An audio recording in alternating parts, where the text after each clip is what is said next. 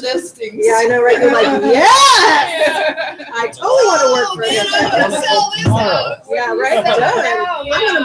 I'm gonna make it my mission to sell that house. Yeah. So lots and lots of times there's errors that are made on listings, and remember, you are held accountable to a listing. Whatever you publish, you're held accountable. So if you make a boo-boo on a listing, They can fine you. not only can they fine you, but you can be held accountable to it. Sometimes your seller, you made the boob, the seller didn't make the boob, and the seller has to, I mean, obviously sometimes the seller has to pay for it, okay? So with your permission, I want to see where you'd like to start. I kind of like, there is a series, and I don't know if you liked Mr. Ferry. Oh, yeah, more Mike Ferry. Would more Mike Ferry be okay with you? I always think more Mike is always good.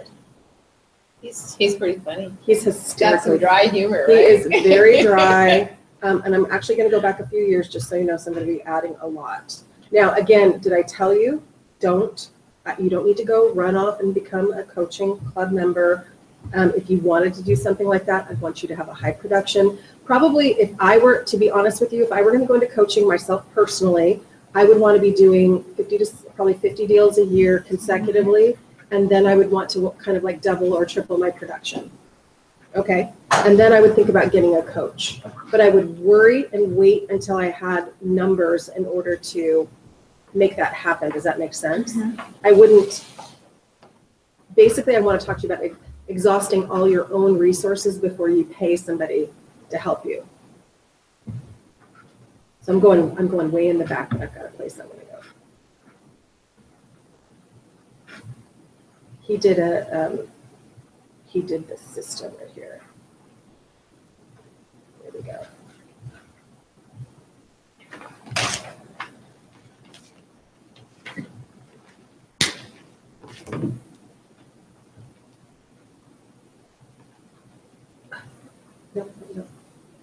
No. I'm going to get as close to 1 as I can find. 6, 4, 3, 2, up. Okay, ready? And if you don't mind, we might start. I know, I'm going to get you a fidget spinner, dude.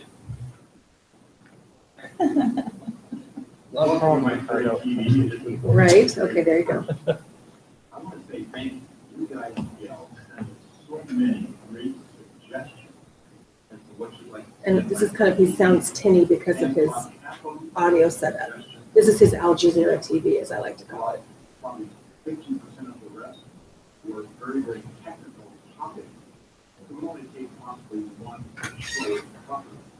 But about 25% of them really talked about making you help us with more of the specifics of what it takes to become a better salesperson. So I took that 25%, which represented probably 70% to take everything together. And said, okay, let's take that topic. And what we're going to do is we're going to, over the course of the next 22 weeks, it's a long series, pay attention, a lot of participation, a lot of watching, a lot of learning, a lot of energy and enthusiasm on your part to make this happen. So let's pay very close attention to the fact that we're going to spend 22 weeks from now, April 1st, to the end of August. So by the time we complete this, 3/4 of the year will be done. But we want to advance you forward in your skill development by taking you through all 21 steps of the Mike Ferry sales system. Now, if you've been around a while, you know that we say you have to manage your time, you have to prospect, you have to do the follow-ups, obviously. You have to pre-qualify, one listing presentation, show property to buyers. You have to obviously be good at handling objections. You have to understand the process of closing the sale, negotiating, and then the hard part, starting over each week and each day. What we're going to do is not only take you through the initial 10, 11 steps, but we're going to take you through the next 10 to 11 steps, which are the ones we focus on and concentrate on with all the top producers in North America. So rather than just lay out the basic fundamentals and foundation for you, which we're going to do each week, I want to add to that because I want to open up the opportunity, open up your eyes, open up your thought process, the fact that, you know what, if you learn this stuff, if you do the things we say, in 2 or 3 years, you could be not only an incredibly productive salesperson, but one of the best salespeople in your marketplace. And it can happen to you. but there's a lot to learn, a lot to do. So this will be one of the few times that I'm going to recommend as you watch Mike Ferry TV each week, that you actually watch this particular program each day this week until we get to next week. And then you'll watch the next segment each day this week and continue.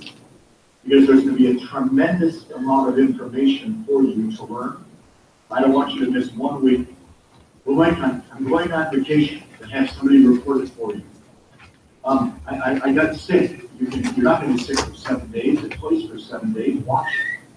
So what we're going to do is we're going to start today with something that will help you see the possibilities, help you see what your future is going to be like, help you see what you could do and accomplish. Here we are, April 1st. About 90 days ago, I asked all of our 60 coaches to do the following for me. And then I asked all of our coaching clients to do the following. I said, anybody that has closed 50 more transactions last year, or going to close 50 more this year, send me your name and what your number is that you're going to close this year. Anybody that closed 50 or more, or is going to close 50 or more, I want name and number. I want to try to figure out not only what that number is these great agents are doing, so we can give you a specific number to target towards to be a superstar.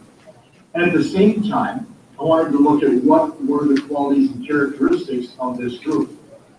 Well, between our coaches and our clients, we received, let me give you the exact numbers here, 589 of our coaching clients. 589 of our coaching clients are going to close this year in 2013 and are on track to do it.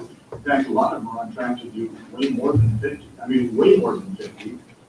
589 are going to do this year, listen to this, a total of 52,421 closed transactions. Or, to be very, very specific, they're going to average 89 transactions per person in this group. If you're a broker, an owner or manager, wouldn't that be a great office? Wouldn't that be a great company? As an agent, I want you to just focus right now for a minute.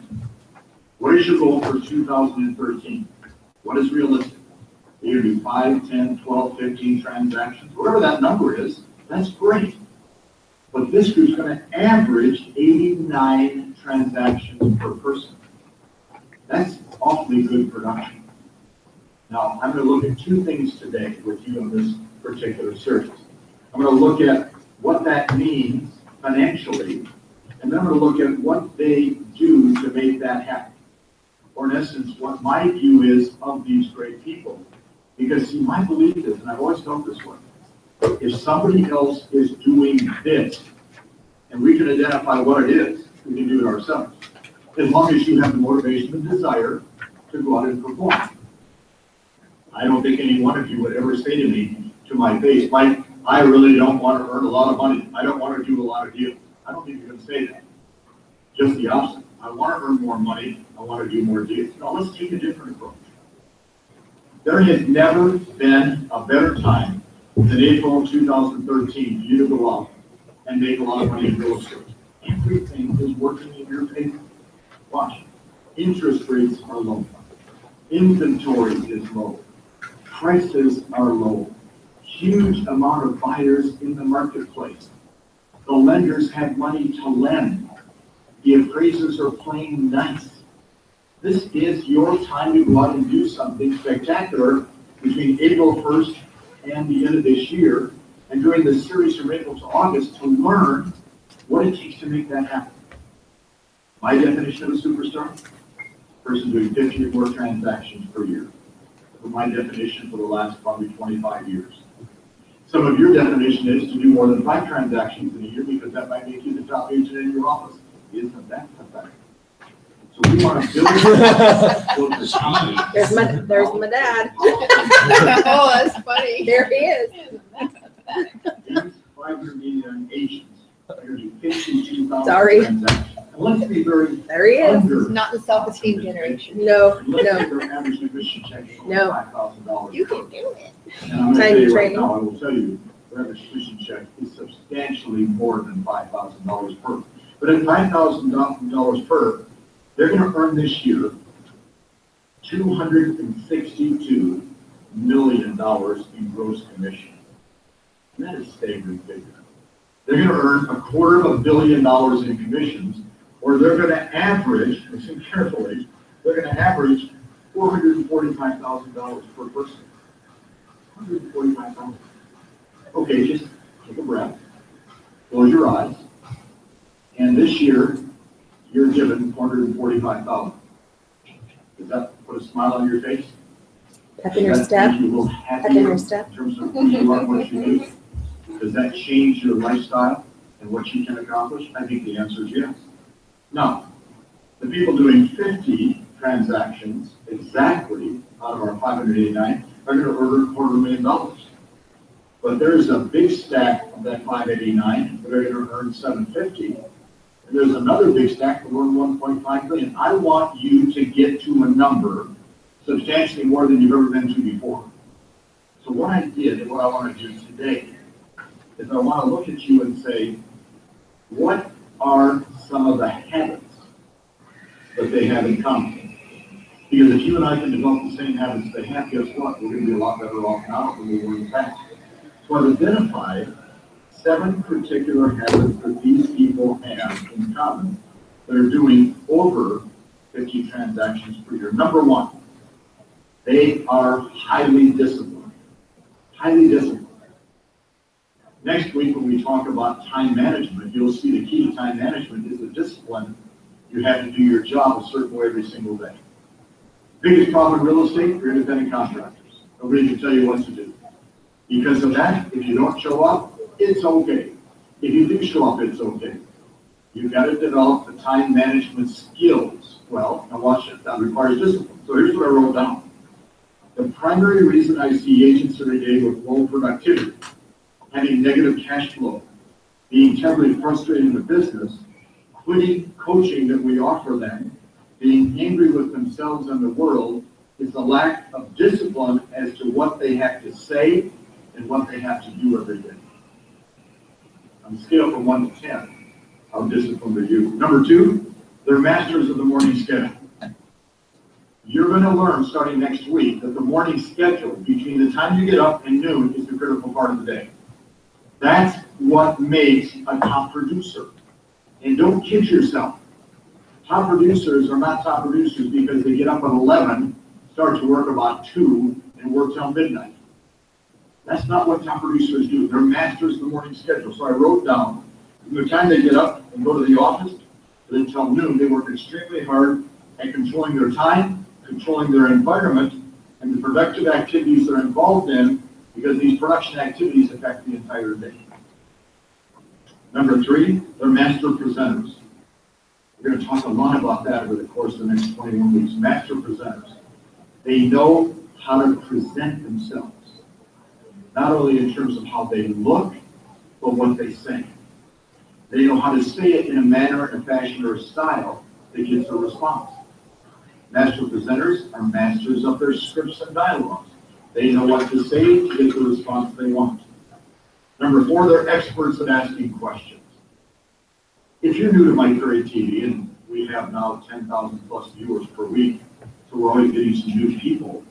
If you're new to this, then you know and I know that selling by definition is asking questions. So what I wrote down is, since selling is nothing more than asking questions, we have to help you discover that by asking questions you find the needs and desires of the prospects you're talking to.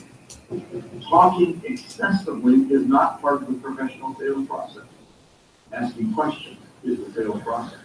Number 5, they average between 70 and 75% of the listings they take sell. And in this market, they're probably averaging 95%. But they also average 70 to 75% of the time when they make a listing presentation, they get a contract signed.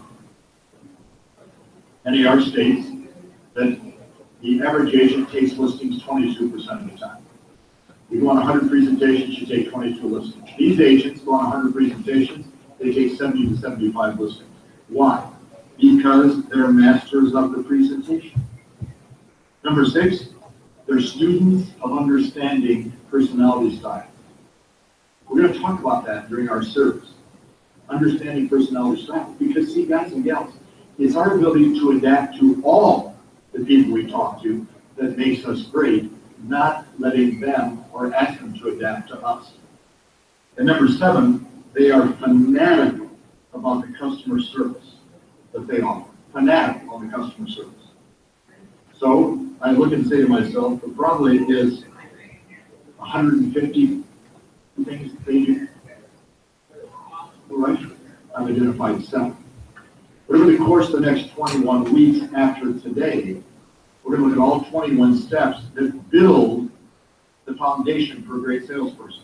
Now, here's the catch. Don't quit. Don't quit on your customer, don't quit on your prospect, and don't quit on yourself. But Mike, I don't always like the things you ask me to do. Fine, don't quit. Let's see if you can go through all 21 to 22 weeks and make this work. Each week, I'm going to give you a homework assignment that is designed to help you be more productive. So you're going to love today's homework assignment, okay? On the screen, you can click as soon as I finish in a minute. And that will allow you to then register for a free coaching evaluation call with one of my team. We've got a free team of people. They're going to ask you 10, 12, 15 questions to see if you should go further with what we offer than what you watch each week with us. I'm excited about the next 21 weeks taking you through the Mike Perry sales system. Each week, I'm going to give you 4 or 5 specific things that you can do to enhance that particular topic. Don't quit. Don't stop. Don't let up on yourself. See you next week. Okay, question. I'm going to stop it right here if you don't mind. What'd you get out of that? Don't quit, don't stop. Okay, that's the last thing you said. Yes. What were some things that, let's talk about the market that he was talking about being in. Okay, for a minute. Did you hear that? Okay, so you said interest rates are low. Are interest rates still low? Yep. Yes. So interest rates are low. So what does that mean for the average home buyer? Qualify for more. They can qualify for more of a home, right? Do we have a low inventory? We don't have a historically low inventory, but when prices start really going up, that typically means your inventory is low. I think we don't have, would you agree that we don't have enough good inventory in all of the sales points? Yes. Okay, would that make sense? At that price of 360, Yeah. we don't have enough. Right, we probably don't have enough houses in the, I call it the meat and potatoes place. So if I wanted to be a really great agent, where do I think I would place myself? There's a real thought process behind people who place themselves in different segments of our market. So what are the kind of segments in our market that we've got? Let's talk about that for a minute. So we got condos, we got high-end, we have low-end condos. If you wanted to be a condo specialist, what are some things that would make you a condo specialist? Knowing about what condos are eligible for VA. There you go. Making sure that you're really now. I don't think I would like do a deep dive on that because that is out of your locus of control. But I certainly would know which condominium complexes are sell often. I would want to know which ones are not currently available for financing. I mean, I could just do that by going through the MLS and seeing what it said. Would you agree? I'd want to know where condos sell often and where are popular condominiums, okay? Because there's a real placing yourself where it's popular to buy and sell. There's a reason why Bob Baer likes College Gate and College Village. Do you guys know who Bob Baer is? Mm-hmm. He's a top producing real estate licensee at RE/MAX. He used to be a banker at First National Bank of Alaska. He probably has been making a 6 to 7 figure income for a number of years. He specializes in a couple of neighborhoods. He calls himself a neighborhood specialist. He might even call you if you take a listing in one of those areas and really give you a hard time. How dare you list in my neighborhood? Really? Yeah. I mean, and what would I say? I dare because I'm gonna, and you better get like sharpen your pencil because I'm gonna be listing in here more. So when somebody says something to you like that, what do I say? Like, get ready, not your neighborhood anymore. Not your neighborhood. That's not your neighborhood to begin with, right? Okay. Yeah. But don't be intimidated. That's what people say when they've really done a really great job of marketing a neighborhood. And in those particular areas, he might be the go-to real estate agent, because if I see your sign in a particular neighborhood over and over and over and over and over, Was sold on home. correct, what do I think? Gone down those That he's good, and I might want to at least give him a shot at a listing. Do you think he's got a great listing presentation? Maybe not. You never know. You don't know. But do you think he's very practiced? Yes. Okay. One of the things that he talked about over here in your habits was practice, right? So knowing your different market segments, placing yourself in markets that sell. You know that you hear me say that if somebody offered me $1 million listing to sit open house, I would say, thank you so much. That's such a compliment. But what would I tell them? Why? Because most people that come have real estate agents. There you go. That's one That's really one. great thing. Less traffic. Less traffic. Most people who come already have a real estate agent that they have an established relationship with. Okay. Okay. Less traffic. Okay. What else? You don't have time to sit there every weekend. So You could be selling the $300,000 house. I could sell three $300,000 houses and make $1 million, or I could sell $1 million house. I have a much greater opportunity to sell the 300,000 price band than I do the $1 million price band. Now, which makes it so important for you guys to really vet the open houses that you're offered. Remember, and it's your job to do that. You're not being rude. And there are certain times, I will do an open house for a certain person because and I tell them, because I'm willing to do this open house for you, but I want you to know that I'm looking for kind of some better open houses. Okay, and I mean, there's a way to say that. Do you agree? Yeah. Okay, there's a great way. Yeah. Okay, and how did it go? Well, I just said, for one, it was kind of out of the way. Okay. Stuff again Heights. Yes? It's a long fashion. Okay, so now what do you know about Stuff Again Heights? It's high priced. for one. And it's hard to get Hard to. to get to, And do you think, and did out you of the get, way. yeah, did you get tons of traffic? So you're not gonna get just traffic driving by, you're only gonna get the neighbors driving Mhm. by. So, and then the price point was pretty high. Yeah. Beautiful house, it was on tour. I said, I don't think so. But here's the deal, I might be willing to do an open for someone in order to get better opens, especially if I know that they list in a different price bands. Does that make sense? Yes. So Yes. I'm a I willing did offer spirit. for the other one. There you go. For And you no also more. could say, now here's another thing. If somebody comes to you and says, I've got some listings, or we send out these blast emails that says we have an open house opportunity. I'm going in looking at that listing. Mhm. If it's vacant, I might even, if I didn't see it on tour, I might go get into it. If it's vacant. Yeah, if it's vacant, I might make an appointment to go look at it. Okay. Preview property.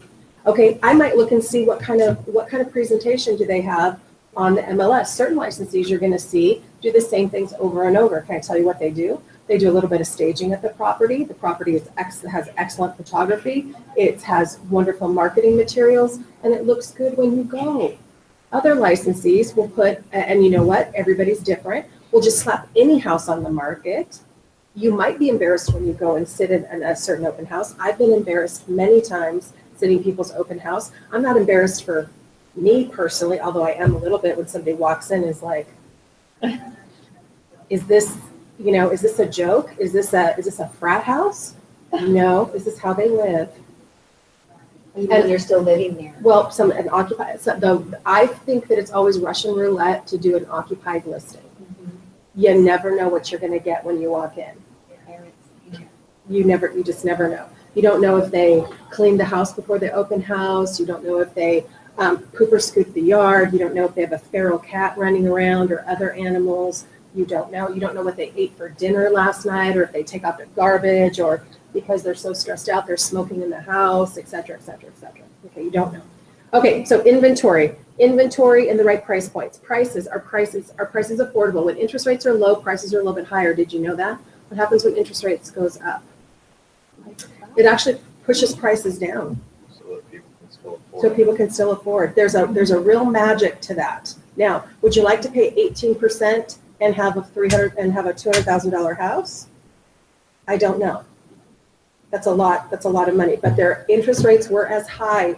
Mortgage interest rates were as high as 18%. That is credit card interest. That was in the 80s. And that day could come back. In 2001, I had an 8.375 interest rate on my mortgage.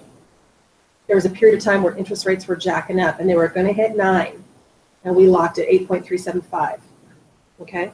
That was in 2001. That's when you bought your house. That's when I bought my house. Yeah. So legit, interest rates were going up, up, up. They were at 6.125 for years and years and years and years and years. What are they at today? 3.89. Yeah, 3.9. They're under 4%. You've got to be kidding me. My grandparents didn't have 4% interest. My grandparents did not enjoy that interest rate, kiddos. That's It's a good amazing. reminder. We Well, take that for Yellen granted. just Yeah, said that they're gonna, it's really good. Hold. Yeah. They're going to hold. Okay, pricing. So we talked about that. Buyers. Are there buyers who want to buy? Always. Always. There's always buyers who want to buy.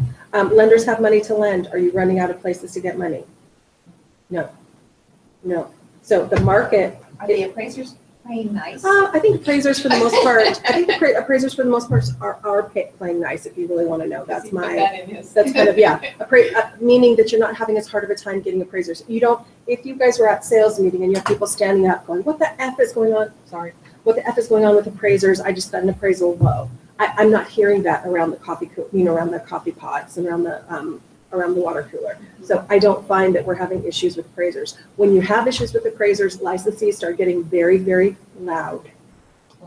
Oh yeah, they're going to get loud. They're going to talk about it. We're going to have a revolt in sales meeting one day with some of the stuff. And I have not personally heard. And in the transactions that I've been going through. So who's closed a transaction? Marty, you have? Yeah. Did you have an issue getting an appraisal on the condo? No, not at all. Did it come in at value?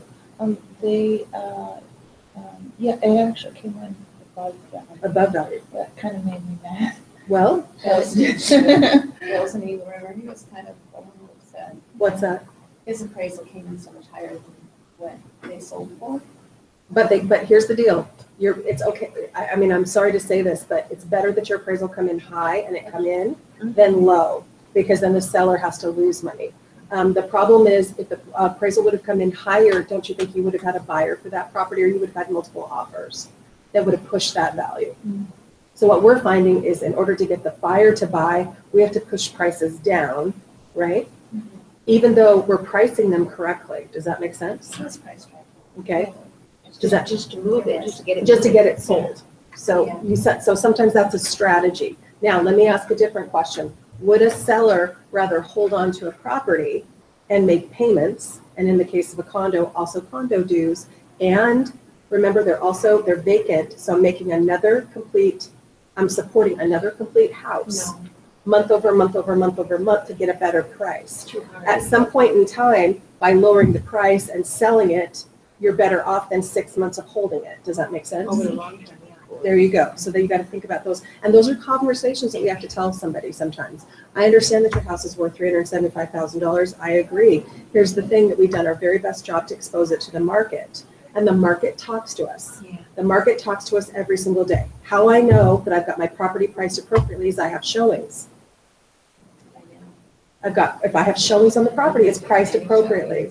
Okay? So if you're not getting showings, the market is talking to you. It's talking. Yeah, we're gonna have to lower the price. No more showings? That's an issue. So there's some refresh on marketing that you might want to try and do. Okay, we'll talk about that. Teresa, may I interrupt? Yes. Do you mind getting back to College Gate? Why Sure. Bob Dare likes that area? Because it sells. It just always no matter sells. the market. it People just love that area. College, medical, everything. right? Close to They're the old area. homes though, aren't But they? they're really, really fancy. They're really fixed up. Are they fixed up? They've got nice big yards. Okay. There are a lot of very, very professional folks live there. It's close to downtown. It's close to midtown. So Um, trafficy, right? There, the traffic. It's not terrible. Okay. You can get out on Lake Otis. You can get out on Northern Lights. Yeah. You know, you can. So it does have People a. in there love it. It's like Bayshore. I hate Bayshore with every little fiber You of my can drive being. all over. Because I don't like concentric circles and like circles off of circles. I don't like Bayshore. Okay, and by the way, I'll tell you why I really don't like Bayshore, because I get lost in Bayshore on a regular basis, okay? John lives there, loves it. People love Yeah. that neighborhood. They love it. Now, it's Yeah. older. It is. It's older, but people are in there fixing up their, you guys, Home Depot and Lowe's Hardware aren't here for no reason. People are really DIYers, they're fixing up their houses. A lot of older homes are nicer than new construction, in my opinion. Yeah. Rooms are bigger, there's nice, hardy landscaping. Big lots. Big lots. I mean, it's a real trade to decide to get a new construction house. You know what really torques people off is they don't put there's two things that torque people off about new constructions. Number one, they don't put in the garage door openers. Why not? Because so many people fight them. You've got your average Joe DIYer who says, I'm not going to pay $1,000 for a builder to put in a garage door opener. And then they want to fight about what kind of motor they get and all that Yeah, crap. they're too picky. Yep, so literally builders are like, okay, it's an upgrade, it's a price. But remember, a builder isn't just paying for the item. The builder is paying for the shipping, they're paying for the item, they have to go get it, or it has to be drop shipped at the site, then somebody has to put it in. So there's all of it's just like a hot water heater. Has anybody had a hot water heater put in? How much did it cost you?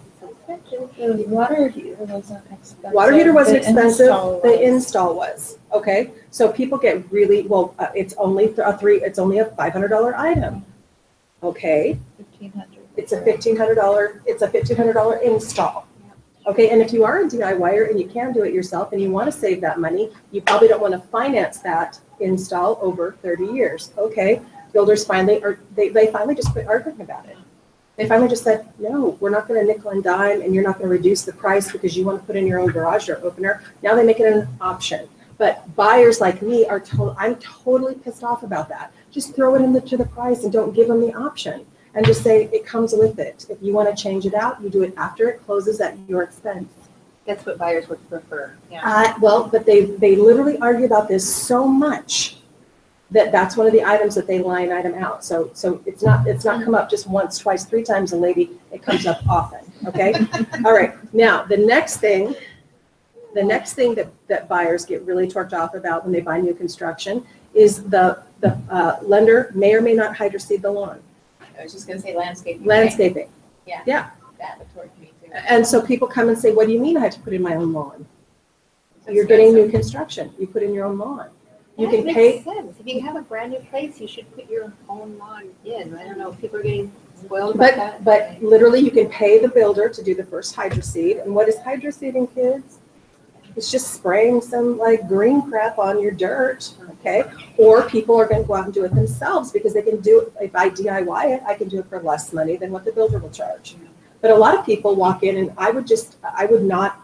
it irritates me, I'm just one buyer, that the builder just doesn't include that in the price and just have it done. That irritates me. But then you've got your master gardeners out there who don't want the crap hydroseed that they're going to do. They want to have Kentucky bluegrass. Okay?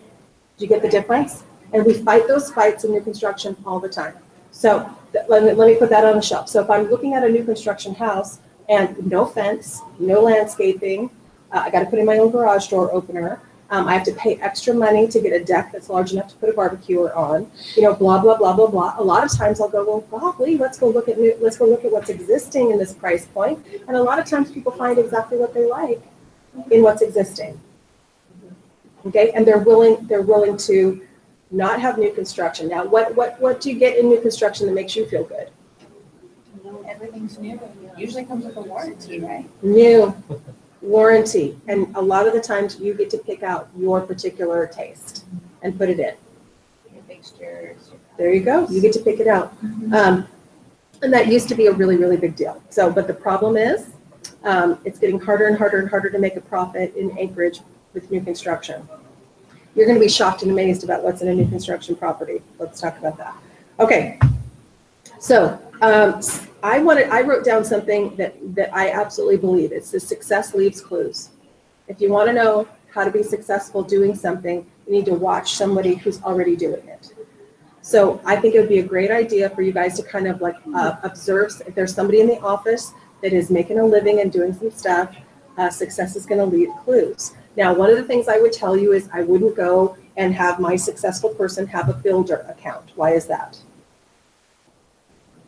Because if they're getting the majority of their money on a builder account, I'm not saying that you can't get a builder account. I'm just saying there's not a ton of them out there available. And would it make sense to you that if a builder was going to choose to work with somebody, they're probably going to want to work with somebody who's been in the business a little bit longer? Now, does that mean that you can't do open houses at builder accounts?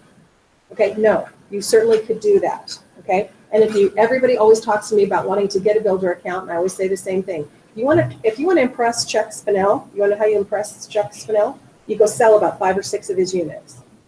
That's how you impress him. Don't ask him to represent him if you've never sold one of his houses before, okay? Because what do you think he does on the inside every time somebody says that to him? Well, why don't you go with some new representation? Why has Kevin Sigafus had his account for 25 years? Who has? Kevin Sigafus has had his account for 25 years. Why? Gets the job done. Well, Kevin has been doing open house every weekend for 52 weeks per year for 25 years. Really? Really? Is he married? Yes, he is. Yes, he is. He has kids. Okay, so let's talk about habits. I love that. Is he married? Yes, he is. So let's talk about some habits. Number 1 habit, highly disciplined. You're an independent contractor. Low productivity has everything to do with lack of discipline.Uld you agree or disagree with that? Totally. Okay. Master of a morning schedule. Did I tell you when we first started boot camp that I have a ulterior motive? Did I tell you what the ulterior motive was? Get us here at 9. If I can get you here at 9 to 1, typically you go to lunch, and a lot of times afterwards, you actually go do something in the business afterwards. Some of you will go run off to your personal lives, but a lot of times you'll actually do something in the office. Lisa's great. Yeah. So if I can get you here, and if I can spend 24 classes to get you here in the office from 9 to 1, then I make it a habit for you to start getting up in the morning and coming to the office. I'm transparent about what I'm doing. I'm telling you what I'm doing. I'm trying to make it a habit for you to come to the office. If I can get you to the office in the morning, okay, which is also why I don't do boot camp in the afternoon, nor do I do it all day long, okay? So it allows you to be able to go sell real estate, and for you to start to learn to do what we call time block, okay? You're time blocking around this period of time, which means when I hear you say, oh, I made an appointment to go do this, that, and the other, I'm not a happy camper. Because you've known this is the schedule, time block around it. So if I want to go get my hair cut, I have to go do it when? After. I can't schedule my haircut at 10 o'clock. Okay, I'm not going to stick in a video and have you watch a video. I'm committed my time for this. Okay, so I want you guys to think about that kind of stuff when you're making appointments. You start to do, anybody ever heard of time blocking, and do you know what I mean? Okay, it's how a lot of people get through, if you have schedules and meetings and things like that. It's how moms run their whole life. I got to have somebody at soccer. I got to go over here. I got to do a parent-teacher conference. I got to do this. I got to do that. I've got something at my church that's going on. And then we've got people coming over for dinner. So I got to figure out in my day how I can organize my time in order to make that happen. One of the most successful things that they've ever found for people who are very organized, and the reason why I gave you one of those real estate calendars, the bound calendars, is so that you can start to time block. If you start to time block, guess what happens? You start getting very, very, very productive. Okay? And if you start to think about, I want you to think about doing things in the morning and then making your appointments in the afternoon. Okay? And setting up time for you to have appointments. One of the killer things in real estate is going, oh, I don't have anything to do in the afternoon, so I'm going to go home and make dinner. Okay, I see that all the time. Okay, you want to try and make an appointment in the afternoon. Now, who could you be making appointments with, can I ask? To follow up with people you met at open house. There you go, that's perfect. What else? Expired listings. Look, I showed you how to pull old expired listings. You could start doing some research. Maybe do a mailer, maybe go door knock, something like that. What else? Remember what he talked about? He talked about circling around an existing listing. Okay, I could go do that. Okay, what else? Look for biz boards in your neighborhood. There you go, perfect. How about how many of you are going to be doing open house this weekend? Okay. No one Poor else. lady, I just saw that nasty look on your face. What's that? Back to the pharmacy. Yeah, oh, back to the pharmacy for you. She Oh, has to work okay. on it. All right, that was the face. I gotcha.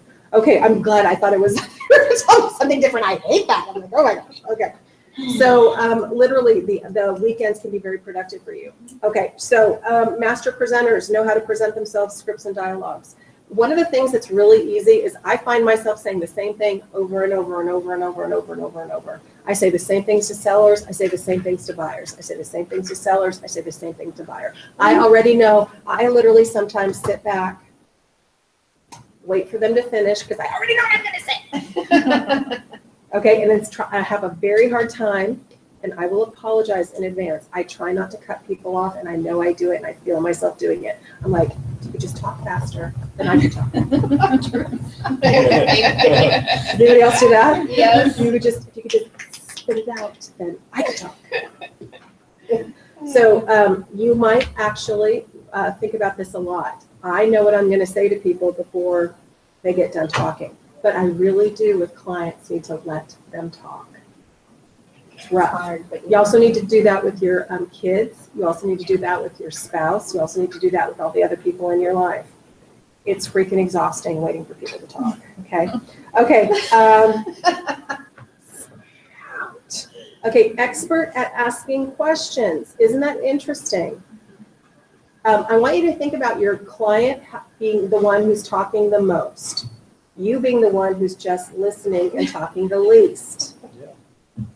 Okay? Okay. I know, right? No, it's hard. I know, it really is. And it's okay to show who you are. I'm not trying to say don't be who you are. I want you to be who you are. I want you to embrace who you are. But a lot of times what we forget is I already know when somebody is not interested in talking to me. Okay? I can look at it. I can see it. I can pick it up. I can feel it. Mm-hmm. I can see when people are really here. And so first of all, I started selling real estate when I was very, very young. And I was in a real estate family, and I knew how to dress and present myself. That wasn't an issue. But I was really painfully shy, to be honest. Sure, yes, absolutely. Yeah, this isn't my natural go-to. This is a learned experience to do this job, okay? So I know a lot of people are naturally shy as well. You're afraid to talk to somebody. You're afraid you're going to say something wrong, or you don't know, or you can't answer a question. So you just naturally kind of sit there as somebody walks through, and you don't say anything to them. So when did I start making money? When I started saying, okay, no more of that. First of all, it's a waste of time. If I want to sit somewhere for an afternoon, I'd rather go maybe do a movie or go to a bookstore, go do something rather than sitting here doing this. So I started forcing myself to talk to people. And how I did it was I just started generally talking to them because I don't like to be sold. I bet you don't like to be sold either. I sometimes need somebody to help me, okay? And I also have there could be questions, okay? So I kind of like some of the things that I've talked to you about. Find 3 unique things about the neighborhood or the house or something that somebody couldn't look at and see themselves. There's nothing dumber than saying, and it has a stainless steel refrigerator. And you're like, yeah, no kidding. It's right there. Shining everything. I can see that, crazy lady. Okay, so try and find something that's unique about the property, maybe unique about the neighborhood, maybe something that they wouldn't know. Okay, so that's important. You're supposed to have the FAB. What's the FAB? Features, advantages, and benefits of the property. Features, advantages, and benefits. You're always going to hear about the FAB. People talk about the FAB. They talk about what's beyond the FAB. Okay, features, advantages, and benefits. What's the features of the property? What's the advantages of purchasing this? What are the benefits to the buyer? That's called the FAB. Every time I walk into a house, even when I'm going in just to have somebody to have me look at it, I'm looking for the FAB, features, advantages, and benefits of this property. You always find something. I'm in a house with a dirt floor. What do you find? At least it's a house. Okay. Shelter. At least a shelter, or it's possibly a great property to flip. See what I'm saying? There's always something. It's priced correctly. I'm here to tell you, every property sells. Do not put your nose up and say, I don't want to sell that property. Take it on as a challenge. Every property sells. Every property sells. So master presenters, expert at asking questions, listening to somebody's needs and desires, again, asking the next logical question. I want to have a view. Okay, great. A view of what? Okay, because your idea of a view and my idea of a view might be completely and totally different. That's the standard one. Real estate, I can tell you from my years and years and years of working with buyers that they are very frustrated because they perceive that we don't listen to them, that we don't show them the house that they've described to us. Okay, so sometimes I'm asking them to describe a house in detail. If somebody tells you that a fireplace is a really big deal to them, okay, then you better show them houses with fireplaces. Guess how frustrating it would be if you hear somebody tell you a fireplace is a very big deal to me, and then you show me 17 houses that don't have one in it. What do I think of you? We don't care. You're not listening. Yeah, you're not listening, you don't care. So people will tell you things that are absolutes that they must have, okay? All right, so anybody working with a buyer right now? No? Marty, do you have any buyers? No, No, not right now. not right now. I need to get back on, You've got 2 listings that you're trying to move. yeah. Suzanne, are you working with it? You said you met somebody at open house that you maybe had a good vibe with? Yeah, I'm not sure. She's kind of shy about being sold to. I Sure. think. I'm feeling out How to approach? how to approach her. I met her on Saturday. Wonderful. Today's Thursday. Yeah. I might just call her on the week to the day. Kind of my Sure. plan of operation is to call her on the week to the day. Remember me? I met you at the open house. Don't let too much time go by. I think Yeah. 1 week is good. I don't know. No, probably No, less. I would less. Probably less. Today. Today. Yeah. Okay. Maybe go look on the hot sheet and look and see if you could find some. Remember, try and find something that they might not have been able to see. She wants 1 more bedroom. I know that. Okay, so I say, I just was thinking about you so much, and I understood that you wanted 1 more bedroom, so I ran a list of properties in that same price point, and maybe you're going to do 4 different areas. Do you know what I'm saying? Like Yeah. 15, 20, 25, and 30 are all right together. Right. In the same price point. I didn't know that I ran 2 lists, one in this particular neighborhood that I met you at, so that one area, and then one with a couple different other additional options. Okay. And I don't know if you've seen any of these properties, but all of them have 4 bedrooms in this price point. Right. Okay. I was just thinking about you. That's good, Ian. Yeah, Okay. so nicest thing you can ever say to somebody, I was just thinking about you. How's that? Does that feel, does that, Yes, the house. Yeah. The what's house- that? The house that we did an open house on. Yeah. We got it on the, So appended. yeah. So that's, that again, not that matters, but that you could also tell her that, the house that you looked at, She that I met loved you at. that house so much, but it only had 3 bedrooms. She has a new grandbaby, so. it So doesn't work. here's another question, you guys. When somebody says it only has 3 bedrooms, okay? When you're standing in that house, and I don't know because I didn't see it, It could have a fourth. could it bedroom. have a 4th Yes. Right, bedroom? I Yes. think it was a 4th bedroom originally. They took it out and made it into a little den, which is That's funny. kind of the split level. that Yeah, The downstairs has the big game room Yeah. that you could split yeah, and make this a bedroom. yeah. Right. Oh, that too, right, Yeah. right. Mhm. So sometimes think outside the box and say, well, and I sometimes just say it out loud. I wonder if I understand that you're looking for 4 bedrooms. Do you think, see, I'm not saying there's room in this house for 4 bedrooms. Do you see, I'm not saying that. Do you think that there's room in this home for 4 bedrooms? What do you think? Yeah, you What do engaged you them. think? Do you like how I do that? I'm letting them go, oh, I love this house so much. It's missing the 4th bedroom. Is it possible for me to foresee a bedroom? Or if they say no, that would make it too, then do you see what I'm saying? If they close the door, then it's them closing the door. But I'm also not guaranteeing them that they could get a 4th bedroom. I'm saying, what do you think? Do you think if I'm standing in this game room, what about me, like looking around going, I wonder if it would be possible to put a 4th bedroom here? How do you like always have the that? option. And then open up someone's mind. Open up someone's mind to a possibility. Yeah. Okay, I wonder if she's the buyer. okay. So is it okay to do that, you guys? Sure. When somebody comes in and say, oh my God, I hate the paint. I hate the color of the house. Say, wow, okay. I wonder what color, and I always ask, what color would you paint it? Oh, well, I really like blah, blah, blah, blah, blah, blah. I'm like, yeah, wow. I bet this house would look beautiful with your color scheme in it. Did you see that? Yeah. No, then they can picture it. Correct. It gets their mind. Oh, that sounds really great. Oh, you really like that. You really like bold colors and you don't like boring blasé houses. Sometimes I say, I do understand why people do paint house boring blasé colors. Why? It's neutral. It's neutral and it appeals to the majority of people, but I love it. And I actually say this, I love that you like color. People who really like color, they're very special people. But no, but I mean, first of all, in their home, if you really love color, in order to do color well, not everyone can do color well. Do you know what I'm saying? And when you see a home that has really beautifully dark or unique or interesting colors, it's gorgeous, and that house sells. But when you also see houses that are that hurt your eyes to look around, they don't sell because they're not doing color well.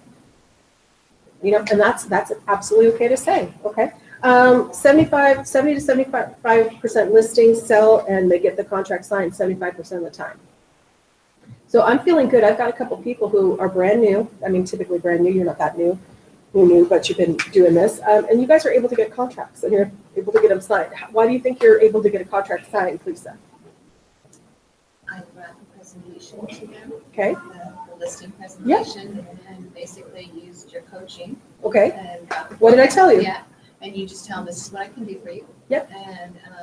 And you just act really confident, even if you're not. Exactly.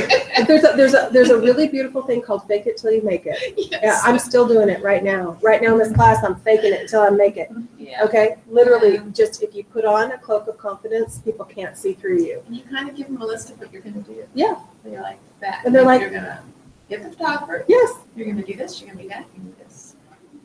This is what the fee pays for. Yes. This is why we charge the fee. Yeah. And then and by the way, most people, so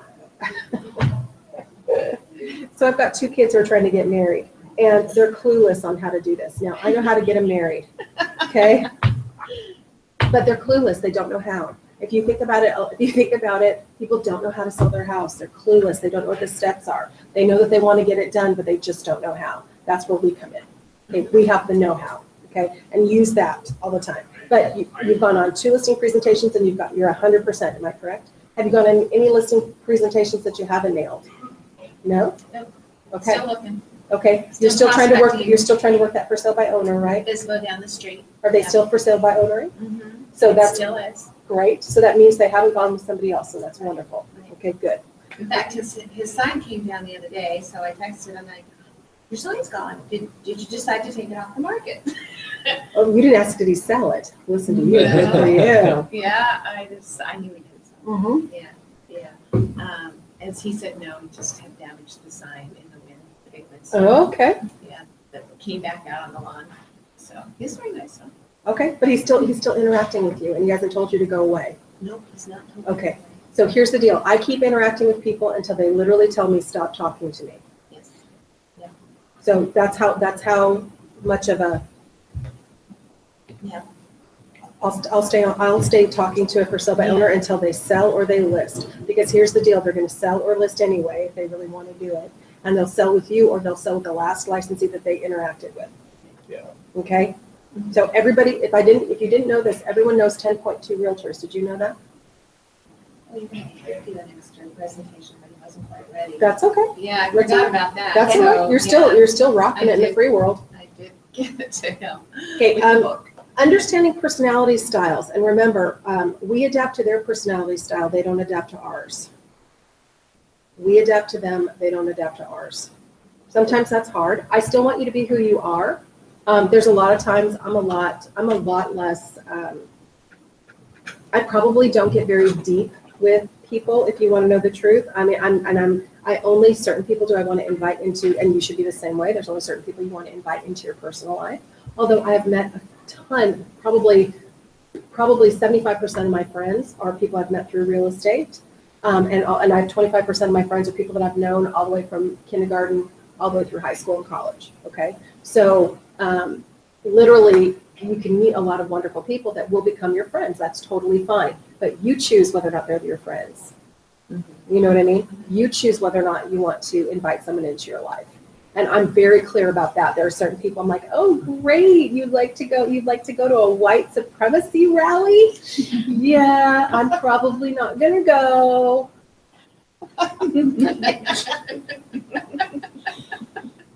You want to go to an NRA convention? Yeah, yeah, probably not me, but that sounds great. There's just certain things that I may not enjoy, and I'm not going to fake it. I'm not going to go to something I don't want to go to. Okay, I don't have enough time for that. You probably don't in your life either. But you do need to adapt to people's personality styles. And I kind of think about it being like a duck. A lot of things just roll off my back. You know, I don't take a lot of things personally. Remember, the listings that you're showing people, unless they're yours, are not yours. Okay, this is not my listing. So I'm just showing you the inventory that's available. Okay. Fanatical customer service. I cannot tell you what a big deal number 7 is. This is where a lot of licensees, you can get the business, you're just not good at the customer care aspect. Now, what happens with your reputation if you're not good at the customer care part of it? They tell everybody. They do. They get really frustrated. So one of the things that I invite you to do early and often is to face your fears and take care of the thing that you don't want to take care of first. Okay? And then have conversations with people. One of the things that has been an amazing trick, and I've taken a number of different communications classes, is I ask people if they're willing to have a conversation with me. Meaning what?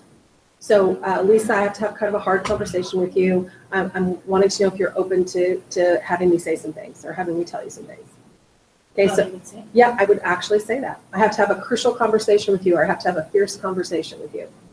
Are you able at this moment to have that conversation? Now, that allows someone to think.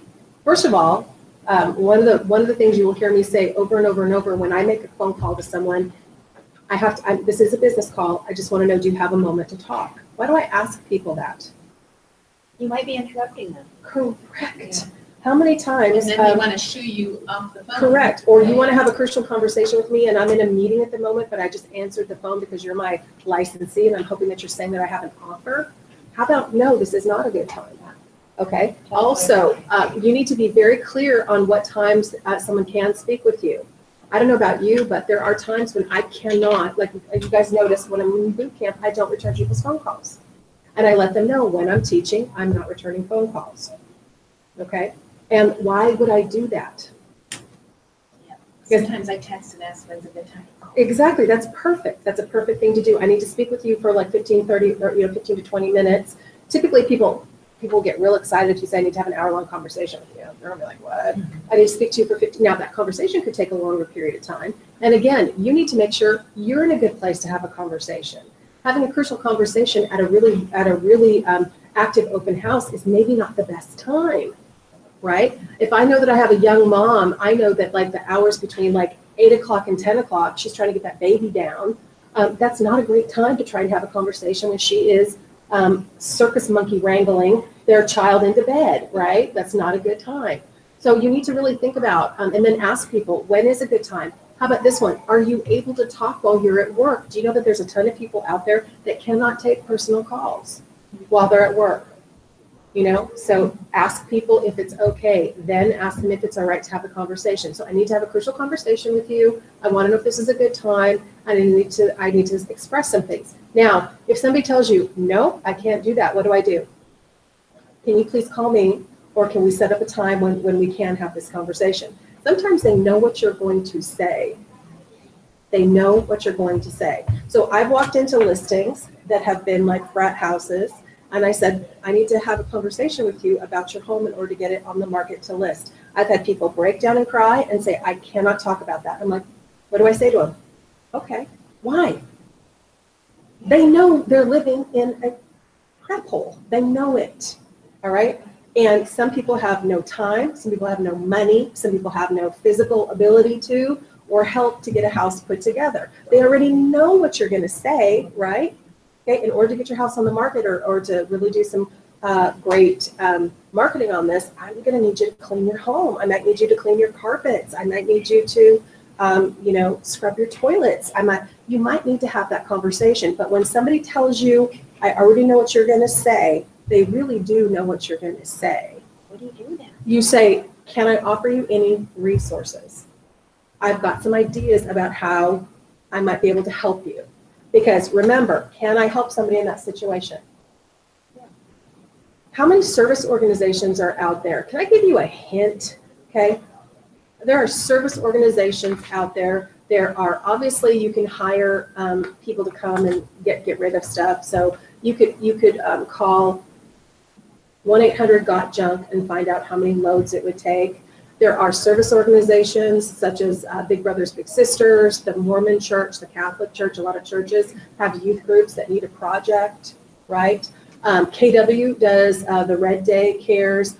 United Way does a day of caring where they'll go out and they'll come to somebody's home and fix it up and do repairs. Did y'all know that? Okay. Huh? Yeah. You've right. You can go down to, you can get day workers from the state of Alaska workforce, that they're day workers that are willing to go out for a period of time and come and like clean and do stuff.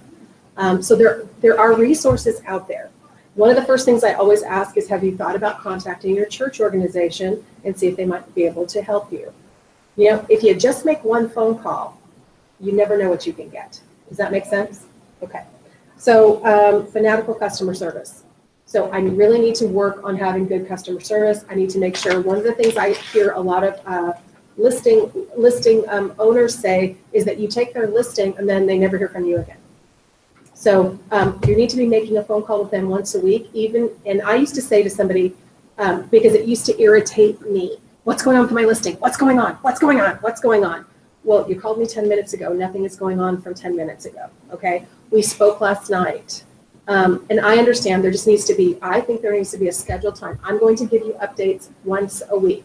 If there is a showing, I'm going to immediately let you know that there's a showing, and I'm going to do my best to get the feedback on the showing. I also know that not every licensee is good about giving feedback. Would you agree? Okay, so when you go show listings, can I make a suggestion? It doesn't hurt you to text and say, thank you so much for the opportunity to show your property. It just wasn't the right fit for my buyer. Click send. Okay, that doesn't hurt you at all, does it? A lot of times if somebody shows your property, they may not give you feedback on their own, but if you make the first move, they Correct. respond. Yes, absolutely. Almost always. Almost always. Yeah. Okay, and sometimes, Because all they gotta do is hit reply. right, and you're most likely going to get a reply from a text. If you call and bother me too much, I get very irritated. Also, sometimes the house just wasn't right for them. There isn't any really big reason. It wasn't the right one. You know, but please do me a favor. Compliment the house if you can. If there is we walked into the home and it was there was a large smell of cat pee, and they're just not gonna, they've already said that that's not gonna work out for them. If there is something that they can actually overcome, I want to actually tell that to the person, but I want to be very professional in how I express that. Does that make sense? Okay, I need to give you guys a break right now.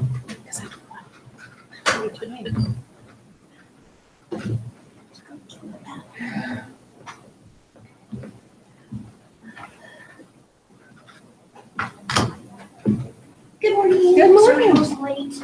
Oh, no. I'm Don't go making to- a list of time management skills that I'm going to start tomorrow. Okay. Me too. I went to lunch yesterday with a friend from church. Nice. Who's freshly married. Nice. To find out they want to buy a house in the next year. Nice. So they just went to the first time home buyers open house thing you were talking to yesterday. They went to Home Choice at Alaska Yes. Housing. Right. Yes. And I was going to, what do I need to tell them about what they need to do? Have they been? Right, okay, that's when I asked her if she had gone and John didn't get pre-qualified. So that's It's an Kelly, adjustment. is it Gerlander? Kelly, great. Were you ever? Kelly, it's Kelly, yes, okay, this is what, I gave her the card. Perfect. I wanted to make sure I was sending her to the right place. Love her. She's wonderful. So that's when you say, okay, I want to find a house, the first thing is you go and find out what you're pre-qualified for. Correct. Okay, I wasn't even sure if that was the right So step. first, Then you get there. and then you get there. Yeah. Okay, I need to know what you're going to be comfortable with, and then where we can place you in the market. okay. And I told her to find a geographical area that she would feel Sure. comfortable commuting to work. And a great thing would be to hand her to go make a copy of that MLS areas and say, these are MLS areas. So they're how the multiple listing service places properties in these areas. If you Okay. tell me what area you'd like to be in or what part of the city, Okay, I can start searching. Okay, and I told her about the Alaska MLS website Perfect. that she can Perfect. start Start searching. searching. Because of course, she's been on Zillow, yeah. Zillow is hard to get people off of Zillow Mhm. because it's a very flashy site. So I actually say you guys should be looking on Zillow as well, Okay, because you're gonna just, I can't fight the feeling. right. I wish I could fight people's feelings. Mhm. Is there anything else I should tell her? Getting pre-qualified really is the biggest deal, because you Okay. need to have a budget. Right. Because it doesn't matter if she's on Zillow and she's looking at houses, if she can't afford them, then we're a dream killer. Mhm. I would rather get somebody in the right mindset immediately to know that this is the property that you can actually afford. Cool. My other burning question is, I don't understand what a listing presentation is. How do you, and what that has to do with getting a listing? Okay, so if you were gonna come to my home, how are you gonna convince me to list with you? First of all, I need to know what my house is worth. We need to Okay. decide on the price. I need to tell you a little bit about myself, the company, and then what the marketing activities that I'm gonna do on your property. That's what I don't know. Okay. Right, so you're gonna bring a CMA with you. Correct, and I'm also gonna bring all of the documents ready to go. So when I go to an open house, or when I go to a listing presentation, I walk in with a Jack White sign, for sale sign, I walk in with a lockbox, and I walk into my listing presentation. Okay. Because I'm setting a standard that says, I'm here to list your home. You ask me to come over and give you a value of your home, I'm here to list it. Okay. Now, I'm probably more aggressive, but I also don't want to make 17 trips to somebody's house. Right.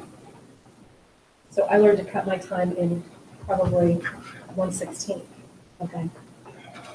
So you bring a CMA and the listing I have presentation. the listing package, all the paperwork that they would need to sign, I've already filled out, minus the commission and the price. So is that the book that goes in the house? No, that's not the book that goes in the house, that is a, what we call a home book. I'll show you what a listing presentation is, probably not at this very moment, I don't have one on me Okay. without show you. But it literally is a presentation that says a little bit about you, a little bit about the company, what you're gonna do, fair pricing on properties, what happens if you overprice a listing. And a seller may not be ready to list. That often happens. If you came to my house today and said, are you ready to list your home? I would probably have to say no. I mean, there's a couple things that I know that I would have to do to my home in order to get it ready to list.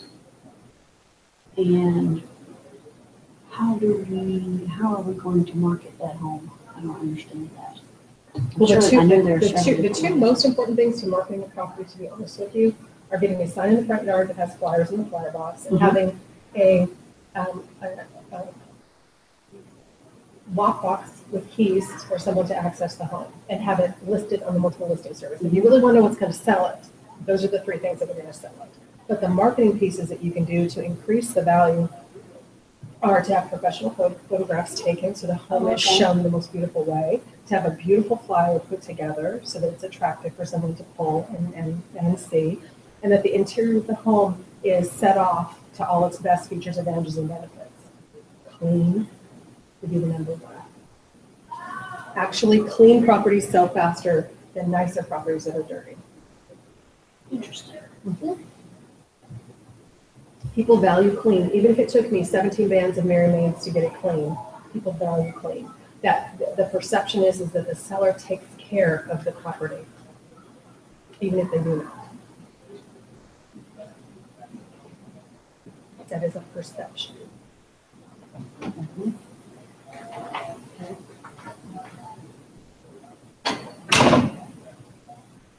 I just feel like if I had a listing today, I wouldn't know what to do with it. You wouldn't have to. I remember that feeling. You wouldn't have to. I know how to do it. I know, right? I would be on the phone with you. That's right. And by the way, nobody knows how to do a listing until they do one. I know. That's why we're gonna go on a listing presentation at my house. Yay! You guys get to come on over and then you're gonna tell me things and you're gonna make me cry.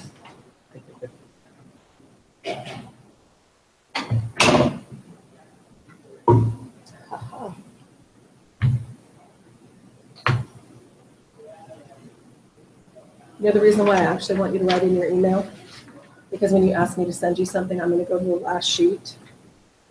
I know. Such a millennial thing. Pain in the ass, people ask you for the same shit all the time. I know. Trust me, I know.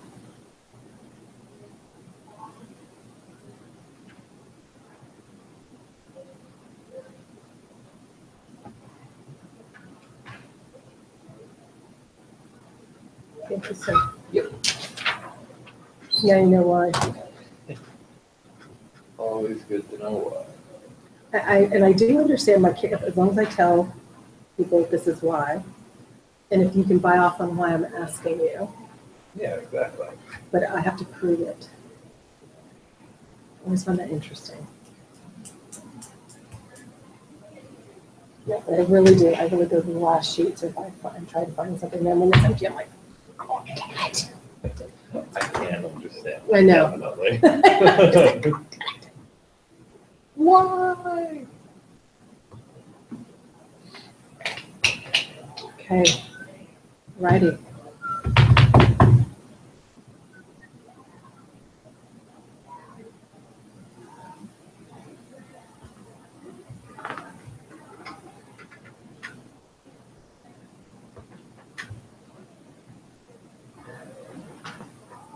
Oh, last thing, my friend.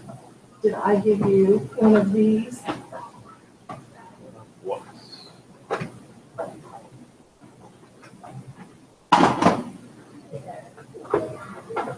Most definitely. Okay. This belongs to Jack White. Okay.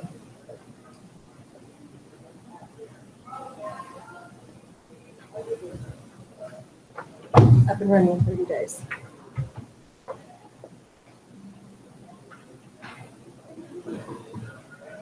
If you will read it, and if you will use it, I'm happy to share it with you. A lot of people I already know are not going to read it and don't want it and won't look at it.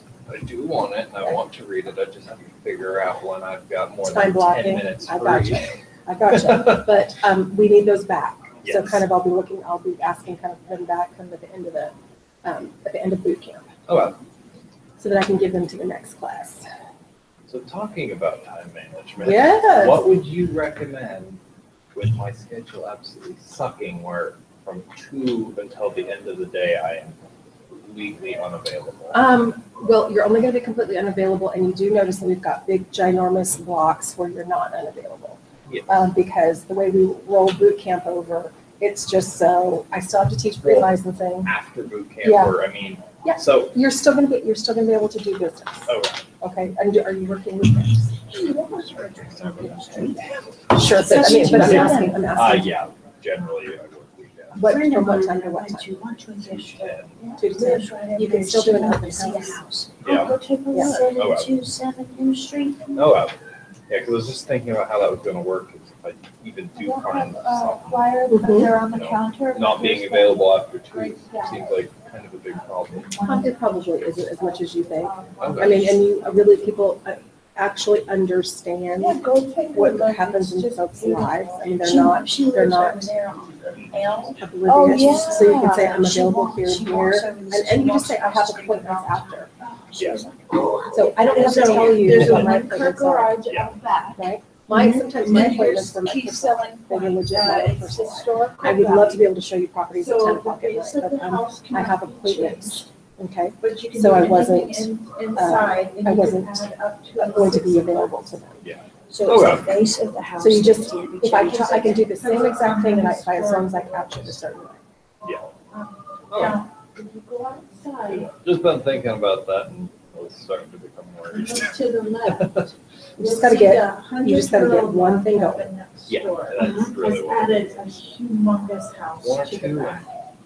whole time. Giving Yeah, you an just idea of One or what two you can things and then sell. all of a sudden everything's gonna house break. to And it may the take, right it may take a period of time to Kept get that, but that's not backyard the point. intact, You But know? build It all takes a period of time. right at the edge Always. of it. The They easiest thing to do, high-end the easiest thing would be to rent that have a listing, because then it's So it's working really for you while amazing. you're at work. out. So We're that's, kind of that's something buying that you might wanna think the about. lot. Who's, so is there anybody I know who wants to sell their home? You are working with More than people. just the house So itself. it wouldn't shock or amaze me if your first deal wasn't from somebody you meet through The what house you're is doing right cute. now. It's Or in such a an good employee location. where you're working right now. Such a Somebody good will give Amazing you, neighborhood, because I I'm call it not, pretty I'm second not. or pretty listing. They will, they'll help you get I started. can help Yeah. it. Mhm. Oh, well. No, Okay. no. So start talking, I hope you're talking to everybody about being in real estate, or you know. Oh, yeah. My no, house Okay, is you're there. doing that. Oh, okay. I'm so East proud of you. Diamond Yeah. to as far as the Well, I would be. You could also in the mornings be, I'll tell you, one of the reasons why we all used to preview properties is because, believe it or not, I'd pull up and go It's not preview too a much home and somebody would traffic, come knocking on the except door and be for like, hey, are you a real estate agent? I'd be like, yeah, could you show me this property, can we take a look at it? I've been trying to get in to see it. It's a really great reason to be previewing properties. Really? Because the public is out driving around, Oh, and that's you know, nice. That's a nice I mean, area sometimes has a too. hard My time getting first hold of apartment licensees. buildings were That'd be a great way to over run into someone. in that Yeah. area. That happened, that used to happen to me all the time, Yeah. which is why I don't understand why people don't preview. Carolina Street, off of McCray. You can order, they, yes, we do. Right Okay, to awesome. McCray, Yeah, and you just have to say that you want. Yeah, yeah. Because if that's actually something that happens. That's then- actually Carolina, something that right, happened. Which is off of But 6. you also need to have good driving habits. Or we'll get the other phone calls that say, Ryan Davidson was going 90 miles an hour to a school zone. By the way, they used to call. Yeah, and West Driving 33rd fast. right off of Minnesota. I took my CarMax, their CarMax, I took mine off. I called that one the cat house, because every time I drove by, there would be a cat in the window. Not It's really. something about Bernard. It's so funny because the bankers referred to it as the cat house. What was it? My realtor, well, when I was telling her, whenever I would go to think about buying a building, I would drive by different hours of the Yeah, day yeah. and just get a feel for it. Because I buy more like the feel, you can give me ROI numbers all day long. I'm not that person. Yeah. Right? So every time I would drive by, there would be a cat in the window. And, of course, I'm going to like that. Yeah. But so I started calling it the cat house, just to my realtor. Oh my gosh, you do know what the cat house means. I too. know, I do know Okay. this, but I said it to him. And it's in Spina. It is and it's very in Spina. Spina. And it was off of 33rd, Yeah. off of Minnesota. And so he got a kick out of it because he knew I love cats. Yeah. And so he started calling it the cat house. Well, what was really funny is when the bankers started referring to it as the cat house. Really?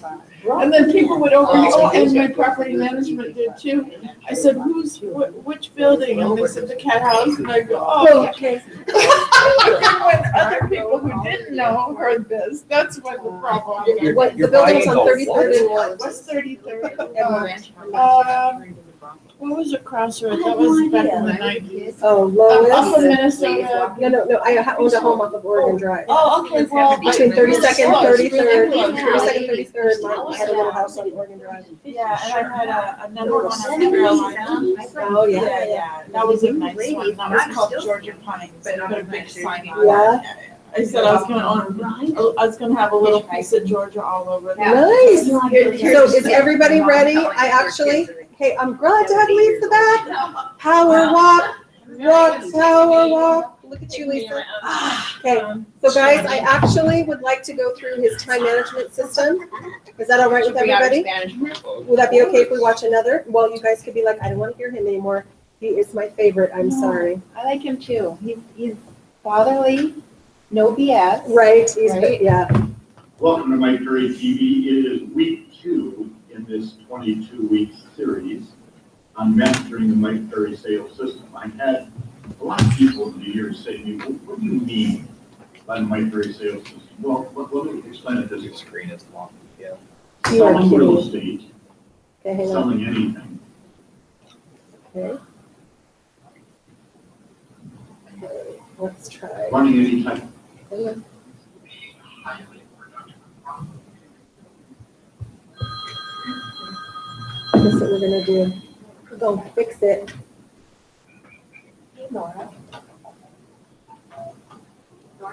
Hey, look at that. There he is. Hi, Mr. Carey. There's that friendly face. I know. So different than you did from yesterday. He's gonna say some fun things, I promise.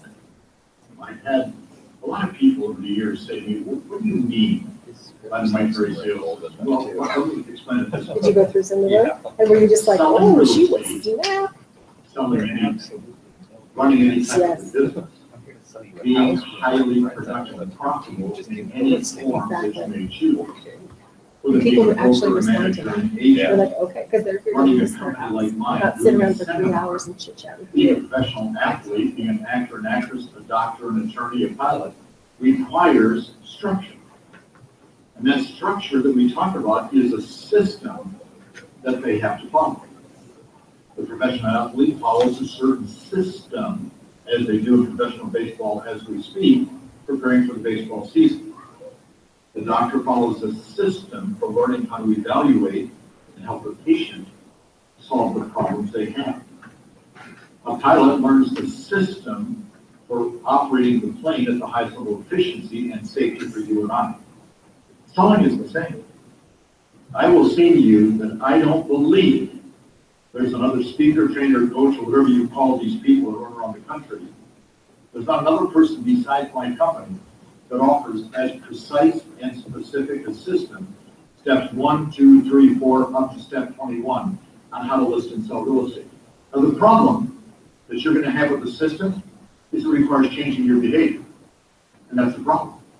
Because if you can't change your behavior, you can't adopt the system into what you're trying to accomplish. Now, I know what some of you will do because I've been doing this for a long time. This is, I think, my 39th year of doing seminars. What some of you are going to do is very obvious. I'll use a little bit of this and a little bit of that. I'll try some of this and try some of that. And I have people actually say to me, you know, Mike, I use some of what you teach and some of what Brian Buffini teaches and some of what Floyd Workman teaches and some of what Tom Curry teaches. Wait a minute. The Green Bay Packers don't follow the New York Giants system for productivity. American Airlines doesn't follow United Airlines system for productivity. And good agents don't mix up and try to follow 3 or 4 things. Because what you're saying to me in essence is you're willing to take the path of least resistance. By taking the easiest parts of what I teach and easy parts of something else. What makes a great agent great is applying themselves to the difficult parts of what they have to learn and doing something about it. You're not going to apply yourself to the difficult parts. So guess what? We're going to start on week number 2 today, the week of April 8th, with, of course, the basic fundamental, which is, of course, time management. Now, I wrote the following. Since I'm going to cover a topic each week, I'm going to assign you homework each week. Now, I assigned you homework last week. By the way, I'm going to find out today how many of you actually did click the button and do the coach evaluation. Thank you. There's 10,000 of you. There should have been at least 5% of you click that button and get a coaching evaluation. Because if you haven't, guess what? You're never going to know who you are or what your potential is and what you can accomplish. Okay? Now, there's going to be some bonus tracking forms for you. There's going to be some bonus audio programs on the Mike Ferry TV landing page, which you can download as part of the series. We're going to make this so difficult for you not to win, that when you don't win, it's because you made the decision not to change your behavior, not to become more productive. So let's get started. Let's look at some very, There's very my dad. important It's points. going to be so difficult for you not to do this. Relationships and time management. Here's the first thing I wrote down. Following a schedule is simply developing a habit. Like any other habit you have in life. The more often you do it, the easier it becomes. Remember, it takes time to create a great habit. It takes time. So here we are in April of 2013. If I was sitting in front of you, I would say, by a show of hands, how many of you are planning on being in real estate at the end of this year? And every hand would go up. Then I would say, how many of you are planning on being in real estate at the end of 2014? And every hand goes up. So if it took you the next 8 to 12 to 18 months to change some of your time management habits, would it be a good investment of your time? And you and I both know the answer is yes. It'd be a wonderful investment of your time. So the first thing we have to understand that following this schedule is developing a habit, like any other habit. But it takes time to develop a habit. And time is of the essence because as independent contractors, we measure everything by what we accomplish in listings and sales and closed transactions based on the time we invest. So what we'll start then for our second point of the day is there are 3 segments to a Mike Ferry trained agent's day. Last week, the 589 top producers wrapped themselves around 3 parts of a day. A, the morning routine. Morning routine, from what happens the time you get up to the time it's 11:30, 12 o'clock. The morning routine, which we'll talk about more in a minute, is critical to your success because it gets everything started. It starts the snowball down the hill, gets the tires rolling on the road. It gets you moving forward, the morning routine. And then B, the early afternoon routine from about 12 o'clock till about 3. And we'll talk about it in a minute, what we do during these times. And then C, what we call presentation time, from say 3 o'clock until 7 o'clock. Because we want you starting at 7:30, 8 o'clock, and in most cases, home by 5:30 or 6, and at the latest 7 o'clock each day. So the third thought I want to give you today is the importance of mastering the first portion, or the money routine. Now I call it the money routine. You're going to call it the morning routine. Why do I call it the money routine? Because the money you're going to make is going to come as a result of what you do between the time you get up and noon. Why? Because that's when you do the majority of your prospecting. That's when you do your lead follow-up. You'll do some of your pre-qualifying. Those are money activities in every single case. Why do we want you to do those in the morning? Your energy is higher, you're more alert, you're always be more enthusiastic, you haven't been told no a lot, you haven't been rejected, you're not beat up, you're not tired. See, between the time you get up and do this, when your energy is at its highest level, your focus is clear. So watch this. The most important time of your day is between the time you get up at 12 o'clock noon. There's nothing in your personal or business life that cannot wait until noon. Nothing in your personal business life that can't wait until noon. Now, watch this thought. The fourth thing I would ask you to do is to create for yourself what I would call a perfect day or perfect schedule. I know things come up, things get in the way, you're interrupted. Your spouse calls, the kids call from school, the nurse calls, your kids are sick, you know, a transaction's falling apart, a seller calls with some problems or questions, your day starts this way and ends up over there. It's called normal. It's called human. We all experience that. But see, if we don't have a perfect day to start with, how do we anticipate or expect to have a perfect day to finish with? So what I'm going to suggest to you then is you create a perfect day. And remember, in time management, we have to understand that productivity revolves around prospecting, lead follow-up, pre-qualifying, and presentations. All productivity in real estate revolves around prospecting, finding and talking to people who want to buy or sell, lead follow-up, trying to get the appointments, pre-qualifying to make sure the appointments are valid and good and they have motivation, and then going on the appointment itself. So here's the schedule that I recommend to all those 589 top producers. I'm not telling you to use it. I'm not suggesting it to you. I don't want you to try it. It wouldn't work for you. Your marketplace is different. Your area is different, and you're different. And we covered all the reasons why you can't do it. Oh, by the way, how many of you want to do 89 plus transactions this year? How many want to make $300,000, $400,000, $500,000 this year? Okay, this schedule is just for them. May not be for you. So arrive at the office at 7 to 7:30. A little more dry humor there. 7:30 to 8, check your messages. Check the for sale by owners and expires, whatever services you're using like RedX, etc. To get those, make sure that you get those all set up in front of you. 8 o'clock to 8:30, call any good leads you have for appointments and get any administrative work done. Mike, are you saying to call people at 8 o'clock in the morning and ask for an appointment? Right. See, the real world is already at work at 8 o'clock. Only realtors are still at home, having coffee, eating donuts, and preparing. You want to catch them before they get to work? You ask permission of all your clients. Can I call you by 8 o'clock? And they're going to say yes, of course. If you have the right property for me, give me the call. 8:30 to 9 is your role play with your role play scripts and partners. 9 to 12 is prospecting. If you're out on the street, call your office. Check your message every hour or so on the hour. 12 to 1, go to lunch, relax, enjoy that time, get away. You know, just get yourself back into your pattern. 1:30 to 2, okay? Excuse me, 1 to 1:30, any administrative work that is still necessary. Return any phone calls you have. 1:30 to 2, lead follow-up and pre-qualify any and all appointments you have related that day and tomorrow.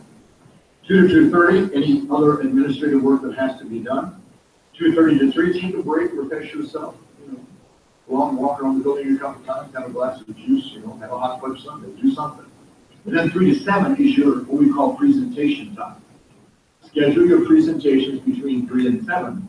And if you don't have any presentations, then we're gonna recommend strongly that you do some more prospecting. So that is what I would call a perfect day. See, if you outline and say, okay, Monday, Tuesday, Wednesday, Thursday, Saturday, or Monday, Tuesday, Wednesday, Friday, Saturday, or whatever 5 days you're gonna work, if you have that schedule, and here's the next one I wanna give you. If you have that schedule written and posted with a copy for your spouse, a copy for yourself, a copy for your broker manager, a copy posted on the wall in your office, do you think your chance of following it might increase? The answer is yes every single time. So let's think about the fact that we, as individuals, actually create a perfect schedule. The next point that I want you to write down for yourself is this. Your schedule should always be based on the goals that you have, not on anything else. If your goal is to sell 4 homes a year, you don't need a schedule. You need a life. You need income. If your goal is to do 50 deals a year, you need a schedule. So I build my team. Watch, if your goal is 5 transactions a year, don't you prospect 3 hours a day? That would be stupid. If you prospect 3 hours a day, you're going to do 50 transactions a year. So the goals and the schedule have to coincide. They have to mesh together. The next one I wrote down for you, that a precise schedule can solve almost every single production problem you could ever have. I tell brokers, every production problem in the world is solved by recruiting. I tell all of our top producers, every level of productivity is enhanced by prospecting. I'm telling all of you watching Mike Curry TV, a precise schedule solves every problem you could ever have. Then the last point I want to give you today on time management is to treat your business as if it were a real business, because your buyers and sellers think you actually have a real job. See, the biggest challenge in real estate is most people don't see it as a real job.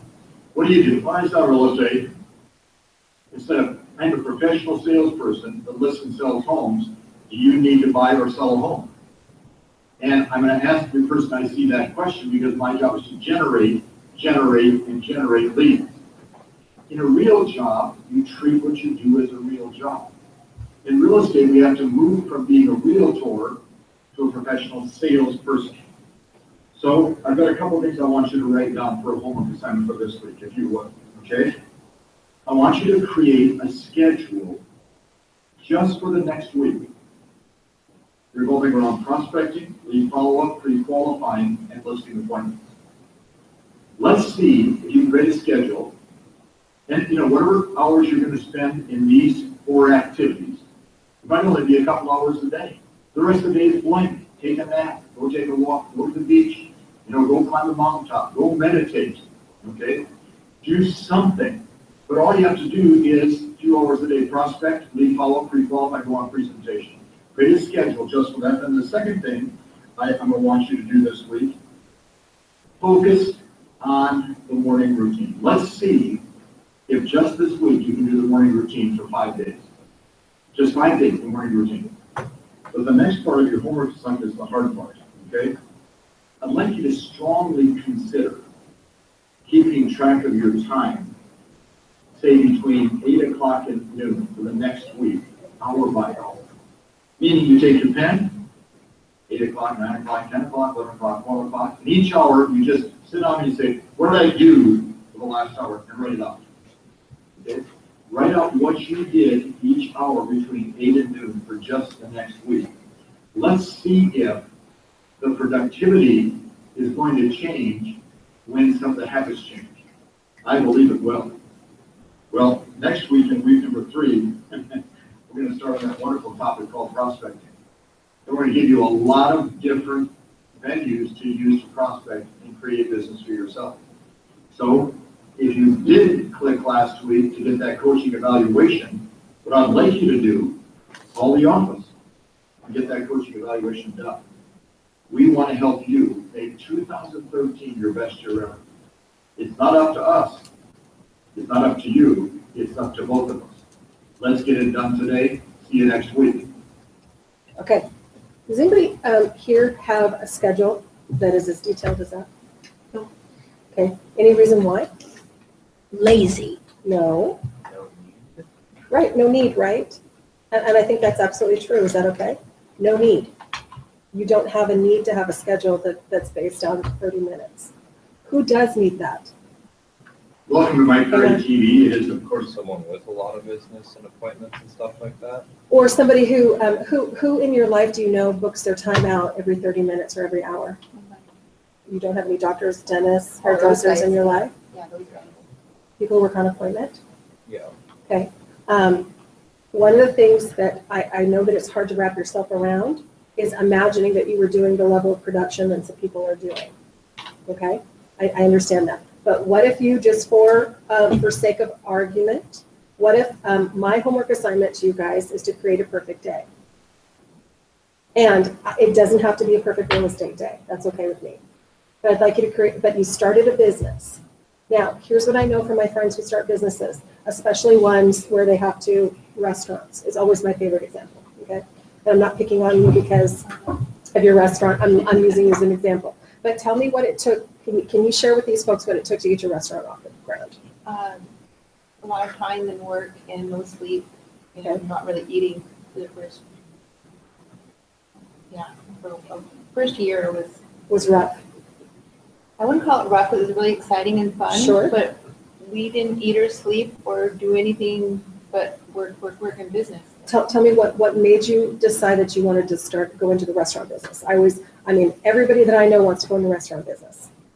Or I at least- did. I wanted to go into the eating business. I don't know about you. Me too. I Yeah. wanted to go in the eating business too. My husband, it was kind of his brainchild. Okay. And I was along for the ride. Okay. I'm still along for the Yeah. ride. Perfect. So, but I told him, let's do it. What else we're gonna do with our lives? Sure. Let's commit 100%, Take a chance. take a chance. We gotta do it. All the signs were there. Okay. We kept getting signs that it's It's the right thing to It's do. the right thing to do, like right there. Okay. So we went for it and we're still there doing it. We're not as in it as we were. We've Okay. hired people now, but, yeah, it was 110% for a good 3-4 years. Okay. And all our time was blocked out all day long, every Right. day. And I'm sure you had to meet suppliers. You had to worry about whether or not somebody showed up for work or not. Oh, that was a big one, still is. Right. I bet it is. Excuse me for texting, that's what that is. No. I understand. Here's what I'm trying to say to you though. If you had an opportunity in real estate and your personal life, I think real estate and personal lives are like one of the most magical things that you can put together. Because I was able to be an at-home full-time mom to my kids, and I was able to run a business. So I just find this business to be kind of magical. And I think that you guys would have the same opportunity in your lives. But I do think the difference that I see in people that are highly productive is they really, what you have, and Ryan was kind of saying something to me, why would I set up this day? I think I'm paraphrasing, probably not exactly what you said. Difficult for you to imagine setting up a day like this because number one, you have another job you're working and you don't have appointments to backfill into the time. Problem is, if you don't set up a day, it'll never happen. You have to. You have to, so you actually have to take this amazing leap of faith that if I were to do this, It literally then is. it will happen. It's like, if you build it, they will come type of thing, okay? So here's what I see a lot of people doing is, well, I don't have anything to do with the real estate office, so I'm not gonna go. I don't have anything I need to go, I don't have any business, so I'm not gonna show up. And what all that I see happens is that people get farther and farther and farther away, and they never really do any business. And I perceive those things go together.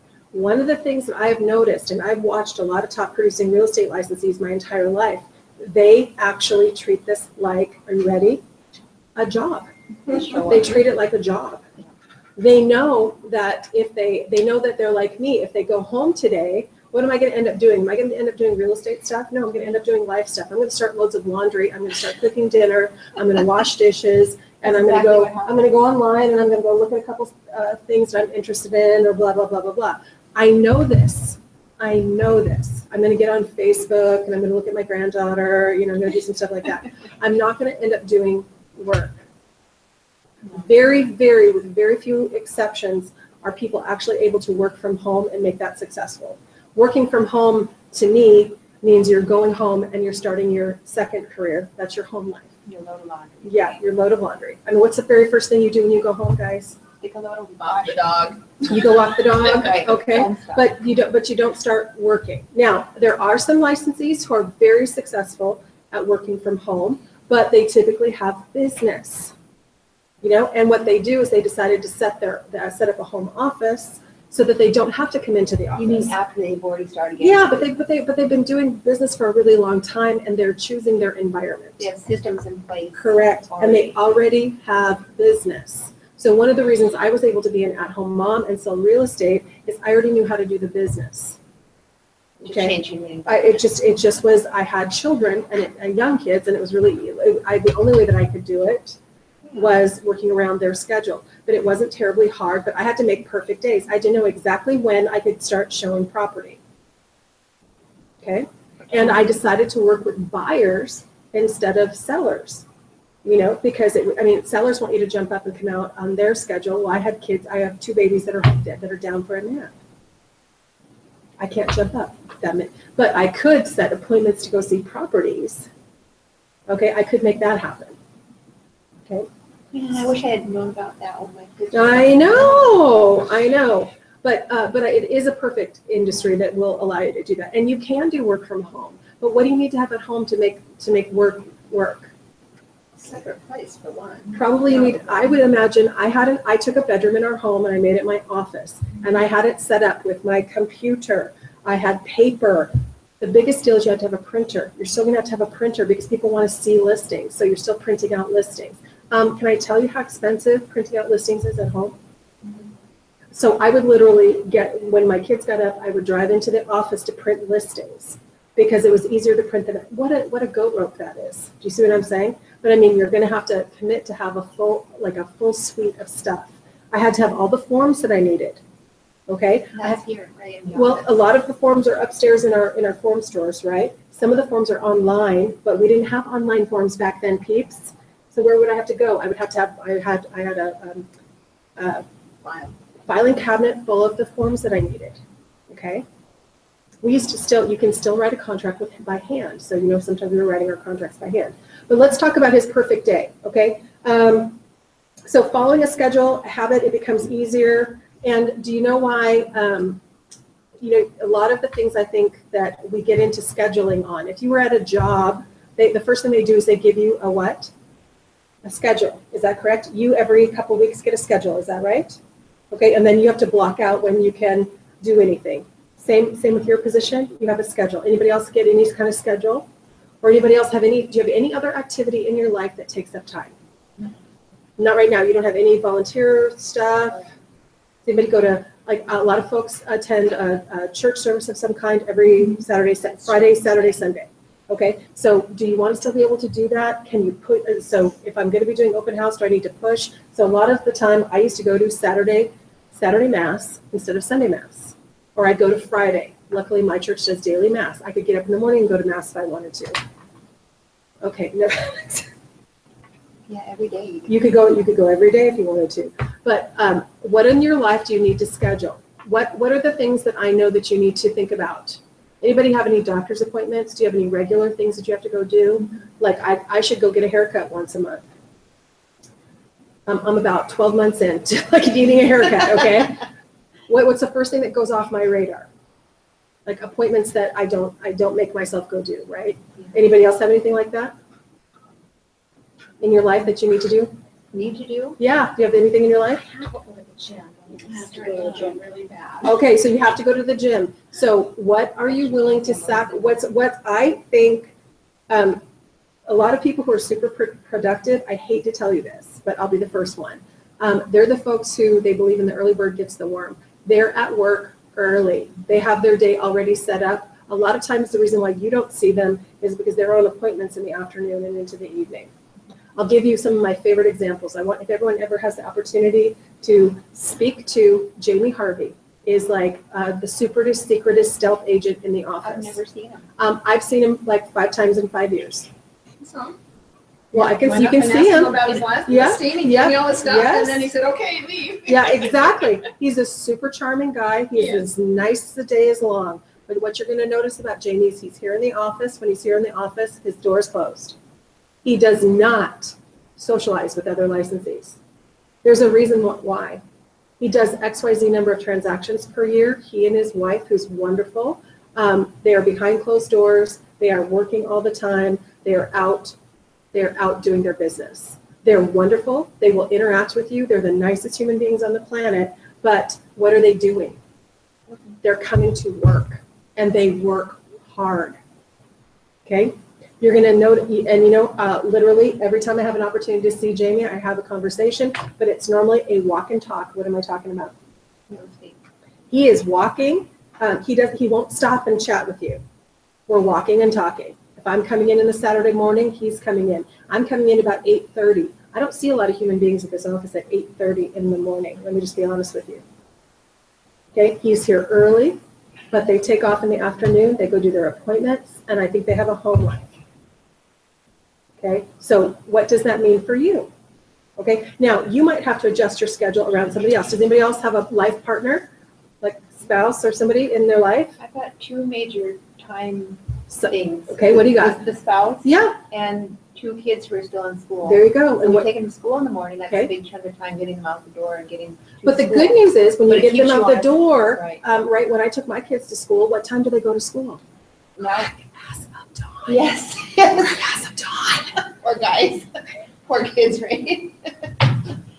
But once they're at school, it's like, whew, Right. now I Now, can go do some whole stuff. day. Yeah, but aren't you up super early to get? I mean, aren't they in? they're in junior Junior high? They're both, they're like your kids, boom, boom. Yeah. 7 and 8. Okay, but they're both in junior high at the Yeah. same time. What time do they have to be there? Gotta be there, we get them there at 7:45 a.m. 7:45 a.m. So look at how amazing that is. And so, Lisa, you said you wanted to work out. When do you normally work out? I'm working out in the evening. You work out in the evening. Okay. Is it because you're going to a class, or is it just because are you doing it with your spouse, or what's the reason why you work out in the evening? I do it because I'm not a morning workout person. You're not a morning workout person, so you found So I that. just fit it in after I leave here, Okay, if I can. yeah, go gotcha. there. And it's not a perfect schedule because it's not the same time every day. Perfect. It's just whenever I can get, I'm gonna try to fit it in somewhere else, but I Okay. haven't made it up yet. Okay, and here's the things that I always like to talk about. I would rather you chat about this kind of stuff and we try and struggle bust it out with one another, rather than you thinking, I don't want you to not work out. That's obviously a really smart thing for you to do. That's so good, and it's going to keep you sane and healthy. You have to get your kids to school. There isn't a non-optional event, right? Now they have sports. Yeah. Races. I want to see every single race that they run. Want to watch them. But you don't have to be at every practice. No. Okay. Did you do that? You've done this? You've done this, Teresa? No, it's terrible. Yeah, I felt good if I was at every other competition. Go to the events, but not the practices. Yeah. No, it's too much. Why did you go to the practices? It was a thing that was done at the time. It was a thing that was done, football. It was a thing that was done at the time, as you went to all the practices. And I will tell you, I did a lot of real estate. Right there on I did the a bleachers. lot of real estate with the other, there was a compelling reason for me to be there. The mom. The moms and dads, and introducing to them and becoming a part of their life. There's a lot of really great, also being a part of the booster type thing and doing some, that social welfare that you do to be a part goes quite a long way toward that. But yeah, I was at every practice. How do I feel about that now? I didn't enjoy the difference is I would rather you guys enjoy what you're doing, because I think that comes through, if that makes sense. So I'd like for you to come up with your perfect day, and maybe I want you to come up with your 2 days. One day is my perfect day because I have a life, and this is the life I'm living. And what is your perfect real estate day? He kind of came up with a perfect real estate day. Does this day work out for anybody right now? From 7 to 7:30, get to work. From 7:30 to 8, check messages. Get a listed for sale by owners and start maybe expireds and things like that. So literally, I would call that checking the hot sheet. Okay, I do that, but I literally have my computer right next to my coffee maker. I am turning on my computer. I'm logging into Flex. I'm checking the hot sheet. This is before I come here, and I'm not selling against you. Okay. So that I cannot even emphasize how important that is. It is your job to know the inventory. It's my job to know what comes on the market. It's my job to know what goes out of the market. It's my job to know what's pending, contingent, Which properties that I couldn't have showed my buyer yesterday, I can show my buyer today because it just got a price reduction. Or if you start seeing price increases, all of a sudden, I better be doing something different with my listing presentations. You have to be watching the inventory. You have to be watching the inventory. You have to be watching the inventory. If I've got a buyer, I should have a custom hot sheet one every single morning saying, what can I show this buyer? Okay. And again, I always had a couple custom hot sheets running at any one given time. I want to know the average sales price of a house. I want to know what new houses come on that are the average sales price of the house, because that's where the chunk of people are, kiddos. It's the average because that's where the majority of people are buying. If that number goes up, I want to adjust my search. If that number goes down, I want to adjust my search. How would I adjust my search up and down month over month? You know this because I just showed you the what. We just went over all the whats that I just went over all the statistics. Mm-hmm. So I'm changing my search on a month over month basis if I start to see big swings in average sales price. Are you getting your it? custom flex search? Yeah, I can do a custom search all the time. Okay, so you guys, it's second hour. I'm gonna give you a break. So what is your homework, and when am I gonna see you next? You want 2 perfect days. I want 2 perfect days. I would like your real day. What do you really have to do? And then your real estate. Then your real estate date. I mean, is it possible for you to get to work by 7 to 7:30? Now, what does that mean? I'd like to be showered. So, okay. Okay, so I also have to feed myself and feed dogs. I gotta take the dogs out. What else do I have to do? I have to get ready, which means hitting the office by 7 to 7:30. I have a 15-minute drive time. So I would have to leave my house by what time in order to get to the office by this time? I still want to be showered. Okay, I want to be professionally dressed. I don't want to be showing up in yoga pants because we're going to talk about you behind your back. If you're wearing yoga pants, Ryan, it's not okay. Okay. Okay. And I also want to be ready to go. I'm trying to make appointments, so I want to be able to go out and be comfortable making an appointment, right? If somebody called, if I was on floor time and somebody called and asked me to come list their house, I want to be able to run out and do that. I want to feel comfortable that I don't have to go home and get something. Okay. So what do I need to have at work in order to have a productive day? Food, lunch. There we go. Thank you very much. That's one thing that was a little bit missing out of his schedule. He's only giving you 30 minutes twice a day to have a break or to eat. I don't know that that would necessarily work out. Okay. That's ruined a lot of days that we're not eating. What's that? I thought it was an hour for lunch and you had a half an hour later in the day. I think you're right. Okay, I wrote it down. 12 to 1, he said lunch. Okay, so I have 7 to 7:30 get to work, 7:30 to 8 check messages for sale by owners, try and find some additional business. So we're prospecting already. 8 to 8:30, call any good leads, do administrative tasks, looking for leads. Can I call, and asking the question, is it all right with you if I call you by 8 a.m.? How many people do you know that work an 8 to 5 schedule? The majority of people that I know, that is their schedule. Some people who work in retail work what kind of schedule?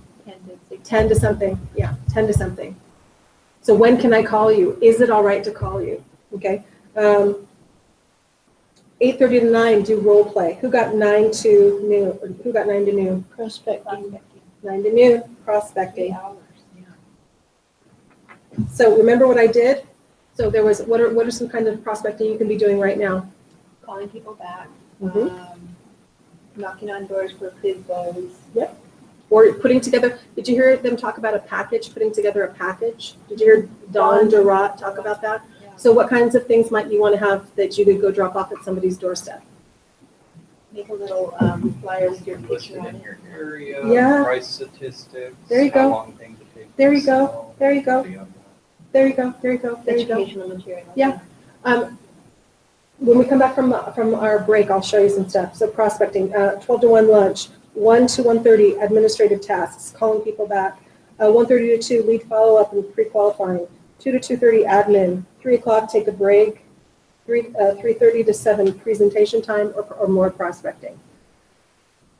So pre-qualifying, if you have a lead and they're thinking about buying, and you say, can I help you get pre-qualified? Is that what you do? No, it's more, what he wants you to do is he doesn't want you to go on waste of time appointments. Right. Okay, so really it is asking a couple questions. Now, here's a couple questions that you might not ask that I might ask. So where do you plan to move to?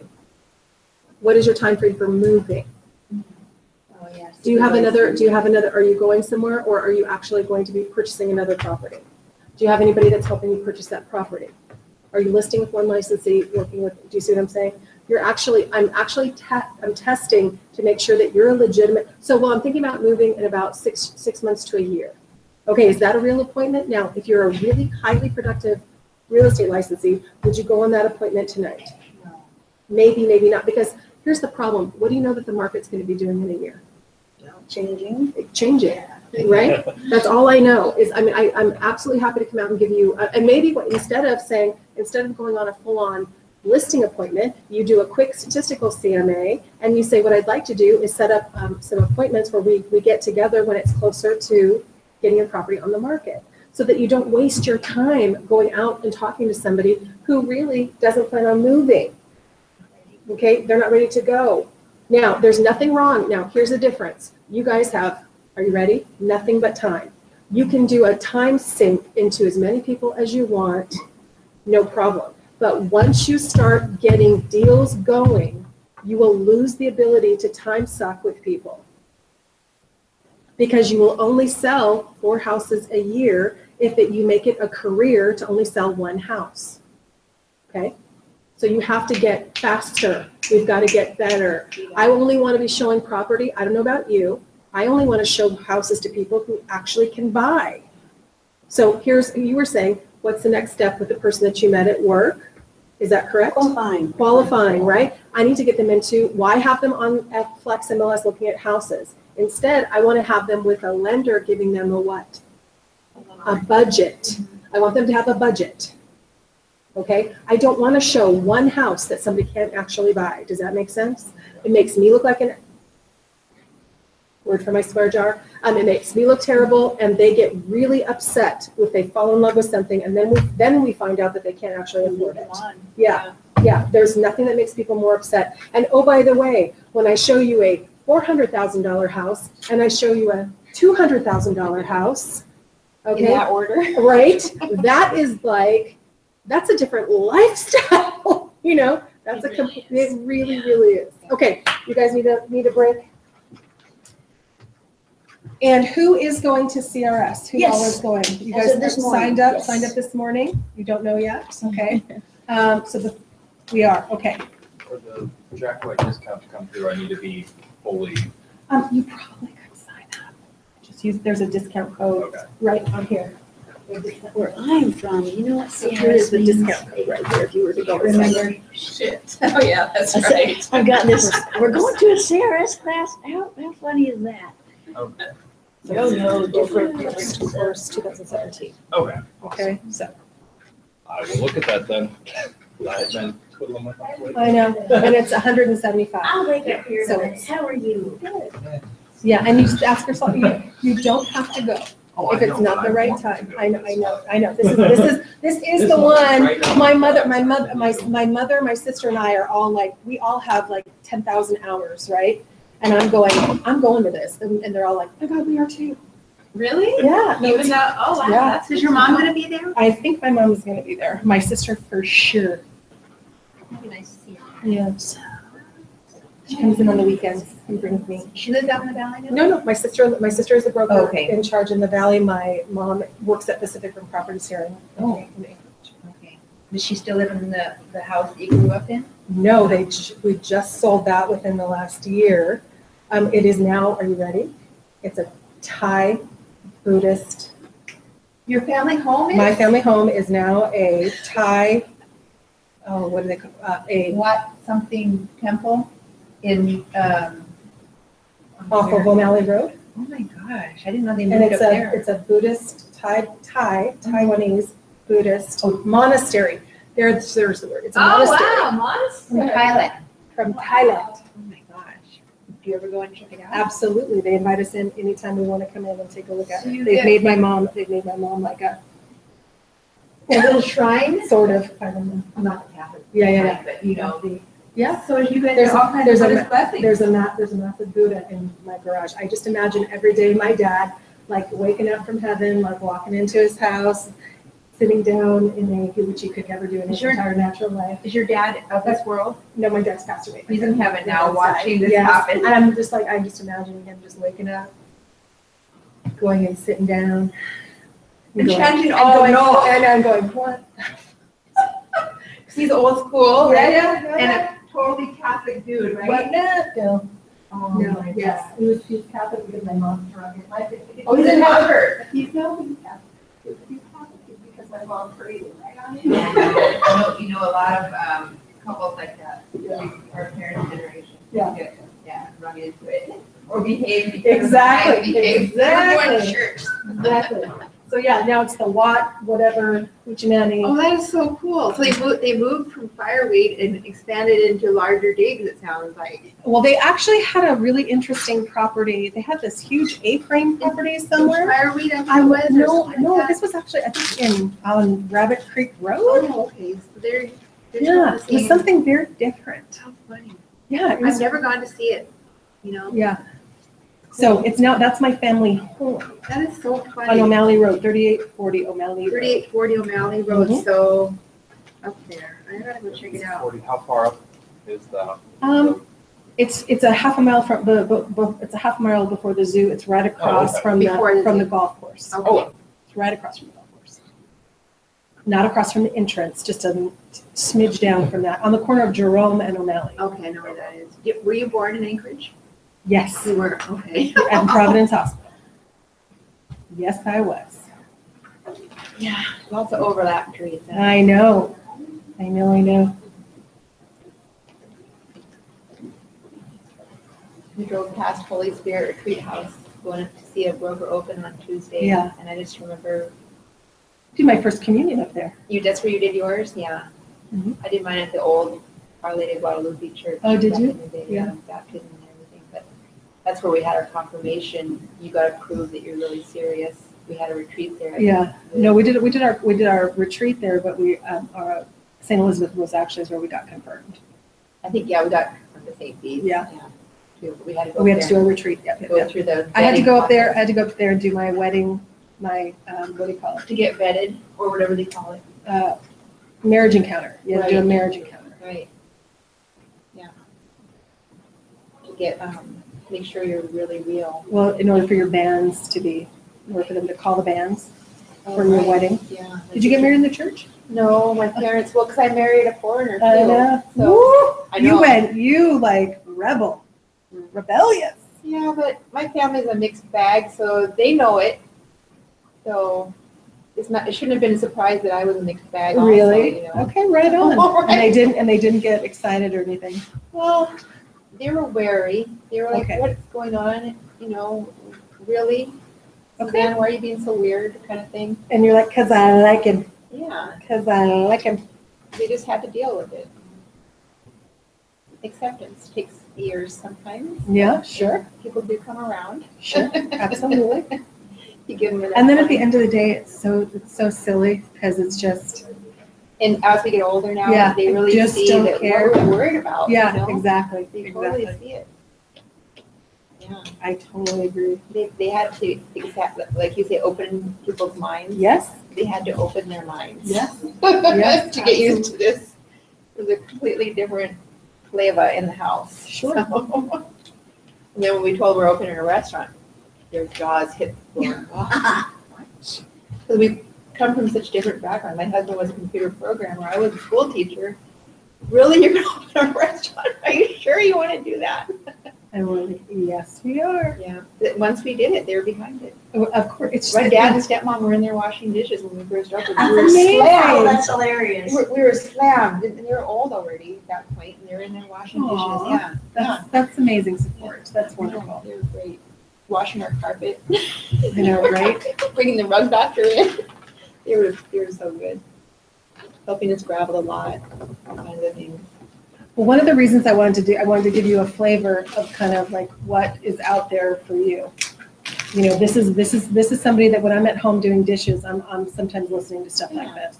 It's interesting. You know, and then there's many different. So he mentioned there's Brian Buffini, Floyd Wickman, Ryan Tracy, Ryan Buffini, Buffini. He's an Irishman from Ireland. Buffini. Buffini, who came to America, married an African-American lady and had many children, and he's a real estate superstar. And now he's a real estate coach. He teaches people his system. You like him? I like all, there's a couple I don't like that are, like Floyd Wickman to me is very old. A lot of his stuff has been repackaged into what you see. Probably if I had one that I really, really like is Brian Tracy. Brian. But we're talking back in the 70s, 80s, early 90s. He's an older gentleman. He still has stuff. As you can see, Mike Fair is an older guy. Become a listing superstar, part 1. Look at the age, just in a couple of years. You know, he's in his 70s. I didn't recognize him from yesterday. Oh, you didn't recognize him His from yesterday? hair was, his He was hair was sitting white in the yesterday. chair, yeah. Yeah, Okay.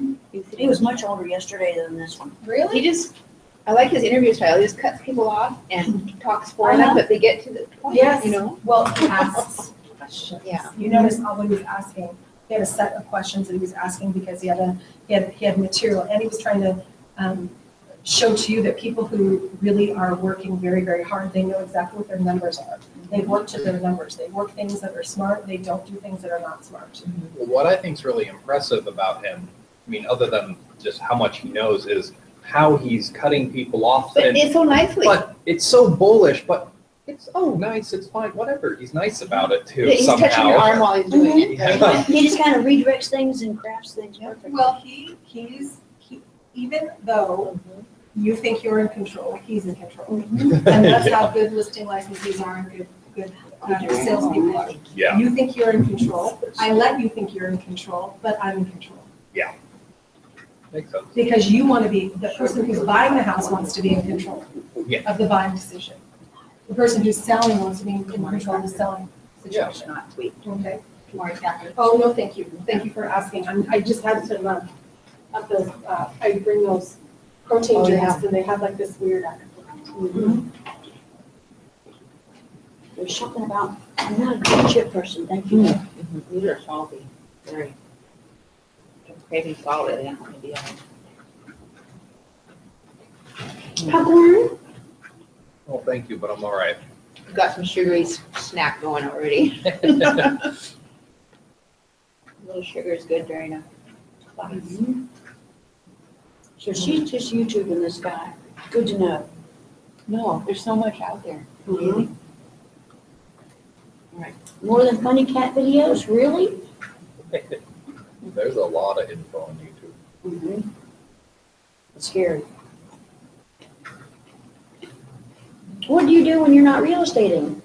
Right now, I'm between college and something more serious, so I'm working at Cars for a bit. Which one? Huffman. Huffman? Oh, that's a nice one. Yeah. Always nice and clean. Yep, lots of My mom's favorite Cars grocery store is the Huffman. You're not in the pharmacy area? No. Good.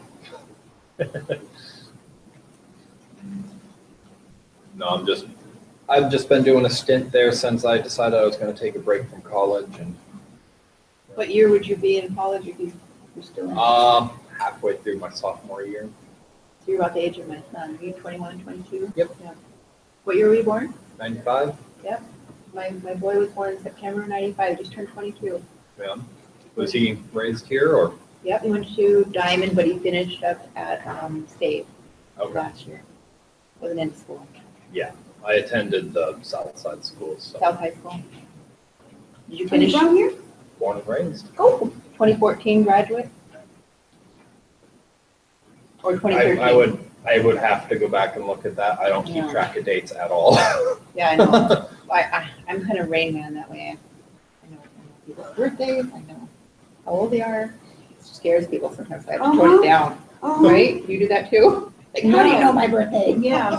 That would, So, some people are wired that way, and Yeah, I some know. people are. It's Rain Man. the next hour, I want to talk to you about something that you might want to consider putting together. And that is, I call it an open house kit. Coolness. Open house kit. An open house kit. You know what, Kathy Johnson, she has this packet. Yep. Is that similar to what you're talking about? Probably not. This is my open house kit that I took out of the back of my car. Oh my gosh. Wow. Oh. Okay.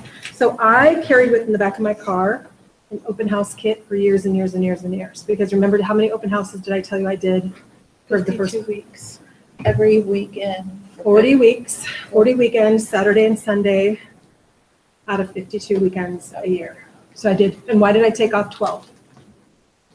Family, holidays. Sure. I didn't want to work. How about that? Okay.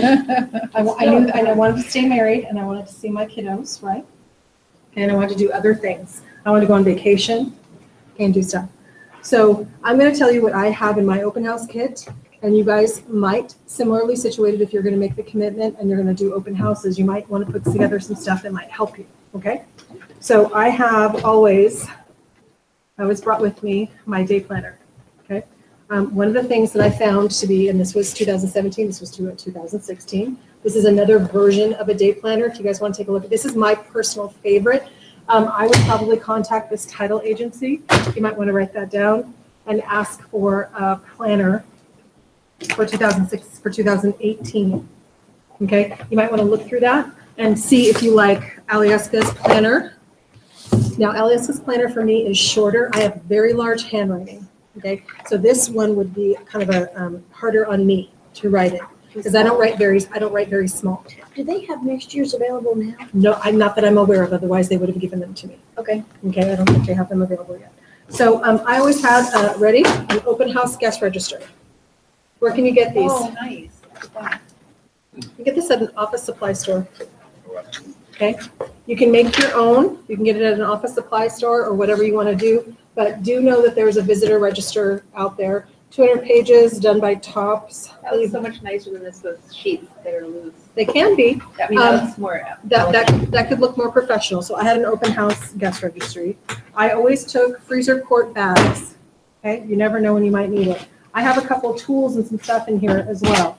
I had a little thing. I have a calculator. I have asthma, so I've got my allergy stuff in here. I've got some highlighters. Okay. Why would I might need a highlighter? Highlighting, Make little signs or something like that to say, hey, the washer dryer comes with. There you go. Or if there was some, I would oftentimes print off some information about the house, just the listing itself, maybe have 5 or 6 copies, and I would highlight things like square footage. I would highlight the things that people always ask me. Yeah. What's the square footage of the house? What's that? So I always like to have a highlighter. Also, if I was filling out an AREC with somebody, I have to highlight and use different things. I have light bulbs in here. Why would I carry around light bulbs to an open house? Because it'll inevitably be out. If it's a vacant house, there's no light in the house, what am I going to do? Now, this is just this is a 100-watt soft light bulb. Obviously, it doesn't fit in now that they have all kinds of different lighting situations. It doesn't fit in every situation. But can I tell you why I would carry light bulbs with me? How about when I would go and it would be still dark when I was leaving? I didn't like to be in a dark open house. Okay, just personally. I carried with me door hanger. These are lockbox protectors for people's doors. Did you guys know that? No. These are upstairs. you put those, If I have a lockbox that I'm going to put on, I can put this behind a lockbox to protect someone's door. okay. And this might be, are you ready? This is a listing thing that I always like to show people. So first 2 things that it did for me. One, it allowed me to talk about a home warranty. Okay, and it allowed me to say, I'd like to have the opportunity to protect your door from the lockbox. What do you notice that lockboxes do to doors every once in a while?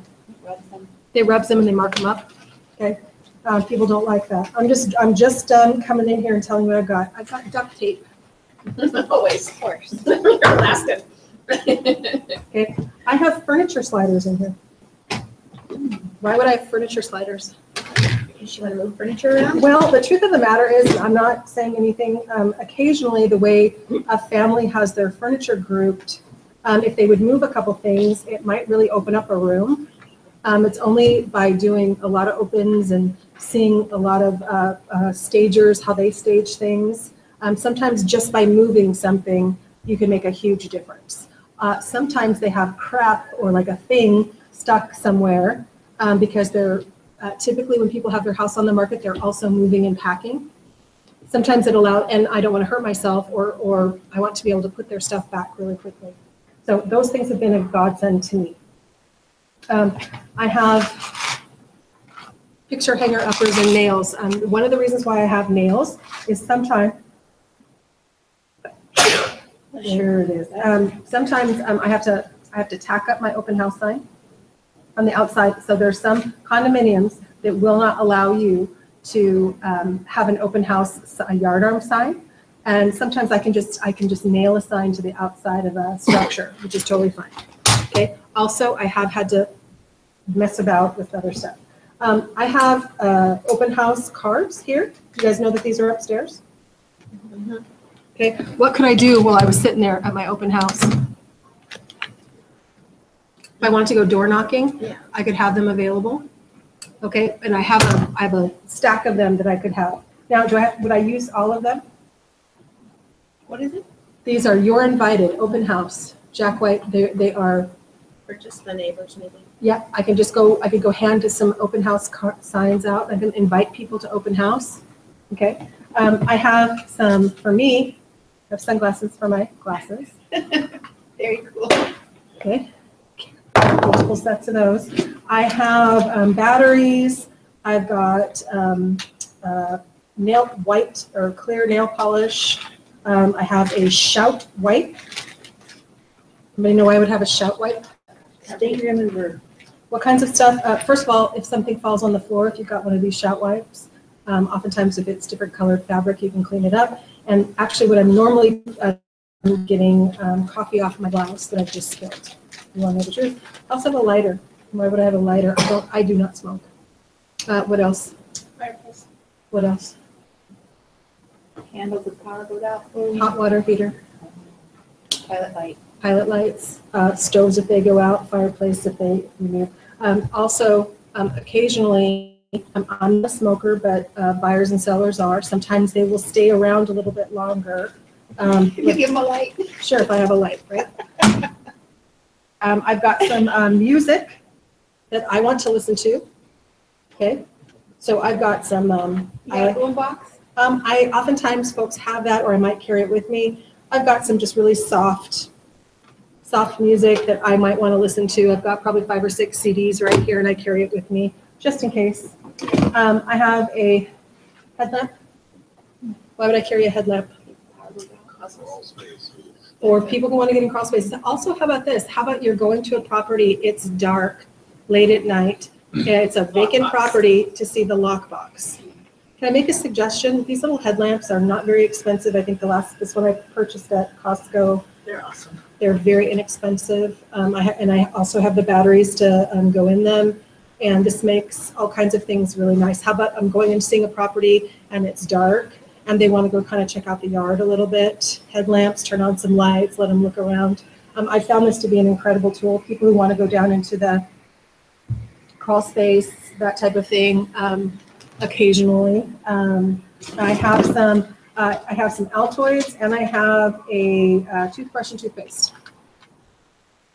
After you've been sitting there eating and drinking coffee for a while, have you ever smelled somebody's breath? You don't want that to be one of the reasons you don't want somebody to run out of the open house is because you're with your onion coffee breath across the.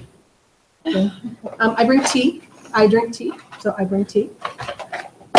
I used to bring boxes of, you can go to Starbucks, it used to be $9. You can get a complete box of coffee service set for the afternoon. I used to take them to football games. I took them to open houses for years and years and years. It used to be $9, it's probably more. But have you guys seen the box of coffee? And they give you cups, napkins, sugar, creamer, all kinds of stuff with this little box. I bring Starbucks, it's a box of coffee. Yeah, they've had them at Brokers Opens. Yes, yeah, you've seen it at Brokers Opens. They used to be $9. I don't know how much they are now. Okay. They're just regular coffee. Yeah, just regular coffee, regular Starbucks coffee in a box, in a little insulated box. Okay, because I find I want to drink coffee. I also find that other people will stop and talk if there's coffee available, if I can offer them coffee. I'm not also opposed to having, I used to have a case of Costco water in the back of my car all the time. I would bring that in. There's also labels that you can pay for to put over the label on on the water that could be your information on it. If you want somebody to pick up something, that could be something you do. Why would I have glass cleaner and paper towel?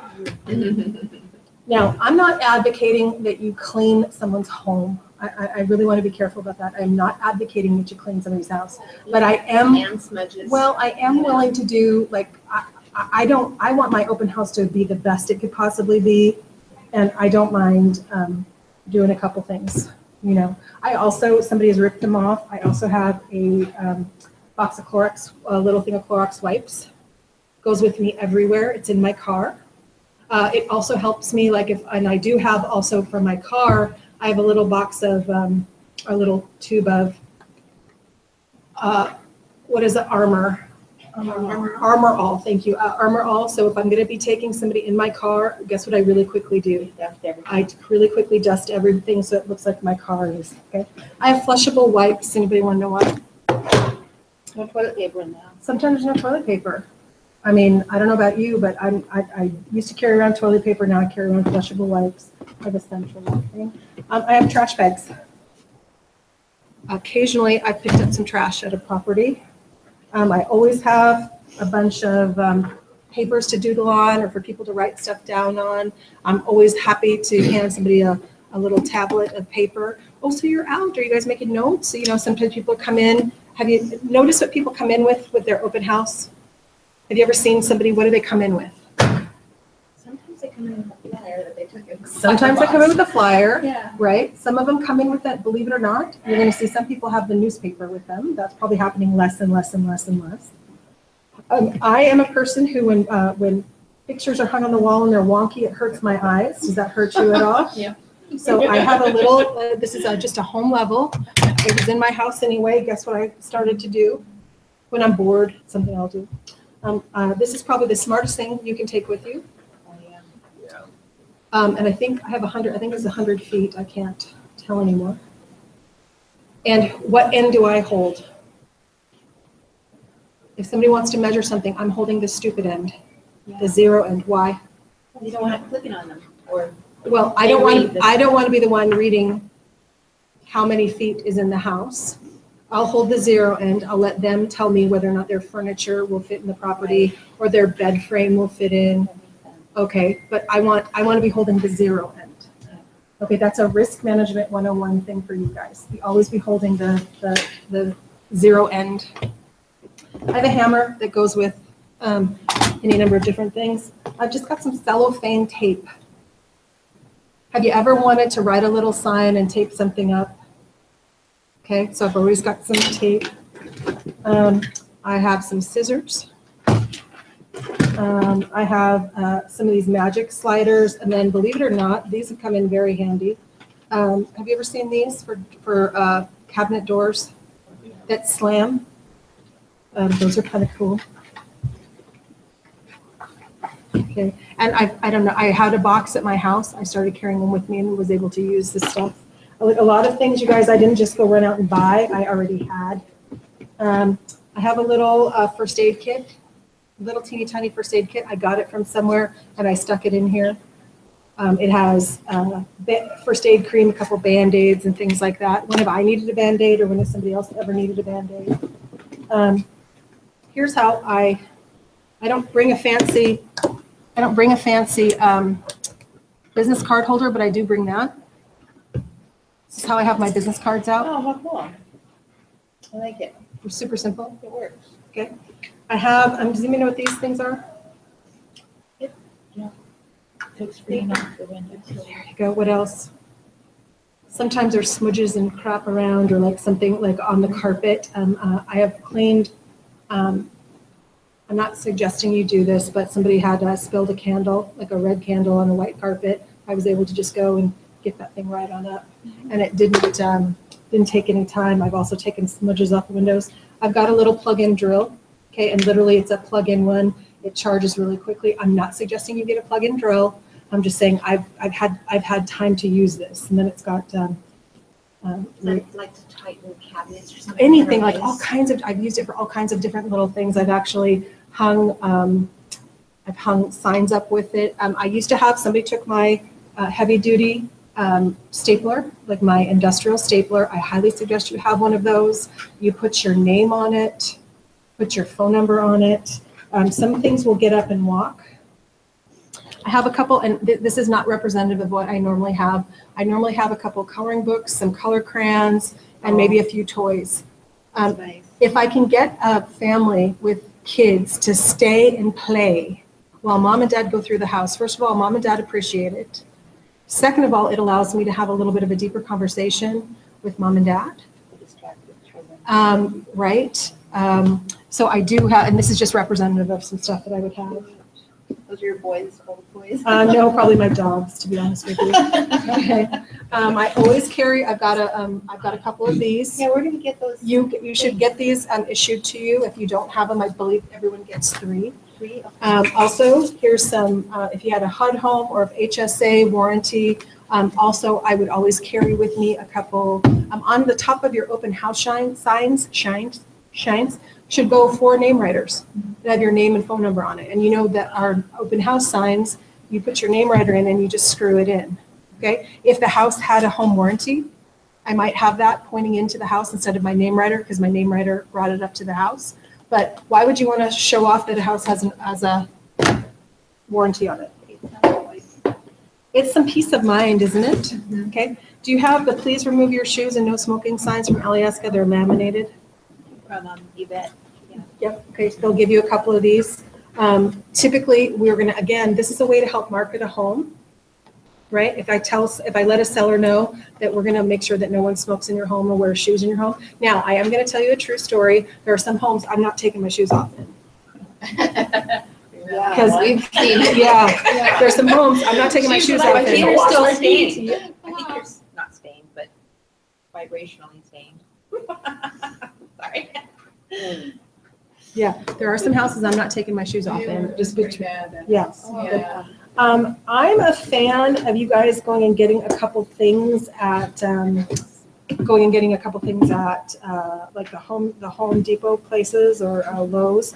I always got a couple things. Like I would go get the paint things for exterior paint and interior paint, especially whites and like the new exciting pink colors.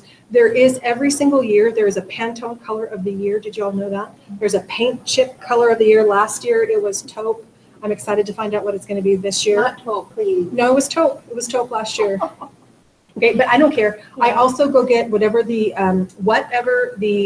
cabinets are that you could go like buy off the rack at either Home Depot or Lowe's. I go and pull the an informational pamphlet about that. Why would I possibly do this? I do this for sellers and I do this also for buyers. Open up your minds again. There you go. For a seller, well, you really need to update your kitchen. Well, and I'm like, well, have you ever thought about how much it might cost? So, no, 25, 30. I'm like, it's really not that expensive. They have cabinets that you can buy straight off the thing. They actually have countertops ready-made that are not that expensive. It might be way less money than you might be thinking. Okay. Now, oftentimes you may not get your way, or if that your seller's not going to actually end up doing that, but at least you have an idea in your mind of what it might cost if you were to do it on a budget. Okay. I will tell you, I don't recommend white cabinetry, just so you know. White cabinetry is not oftentimes it's dingy and doesn't stay clean, and also it's very hard to keep a white kitchen looking sharp. Does that make sense? But lots of people love white kitchens, not mine. I got it. I have MLS has these maps. These are your actual, if you want to know what's really interesting that you don't know, these are the maps that we used to have to use, you guys, in order to navigate anywhere. And they're by grid numbers. So if you want to know why so many older licensees are so interested in grid numbers, it's because this is how we used to have to find things. I will tell you, and you don't have to believe me, I'll just let you experience it. You tell me that you're never, ever, ever going to be without your internet connection. I'm going to laugh at you in my mind.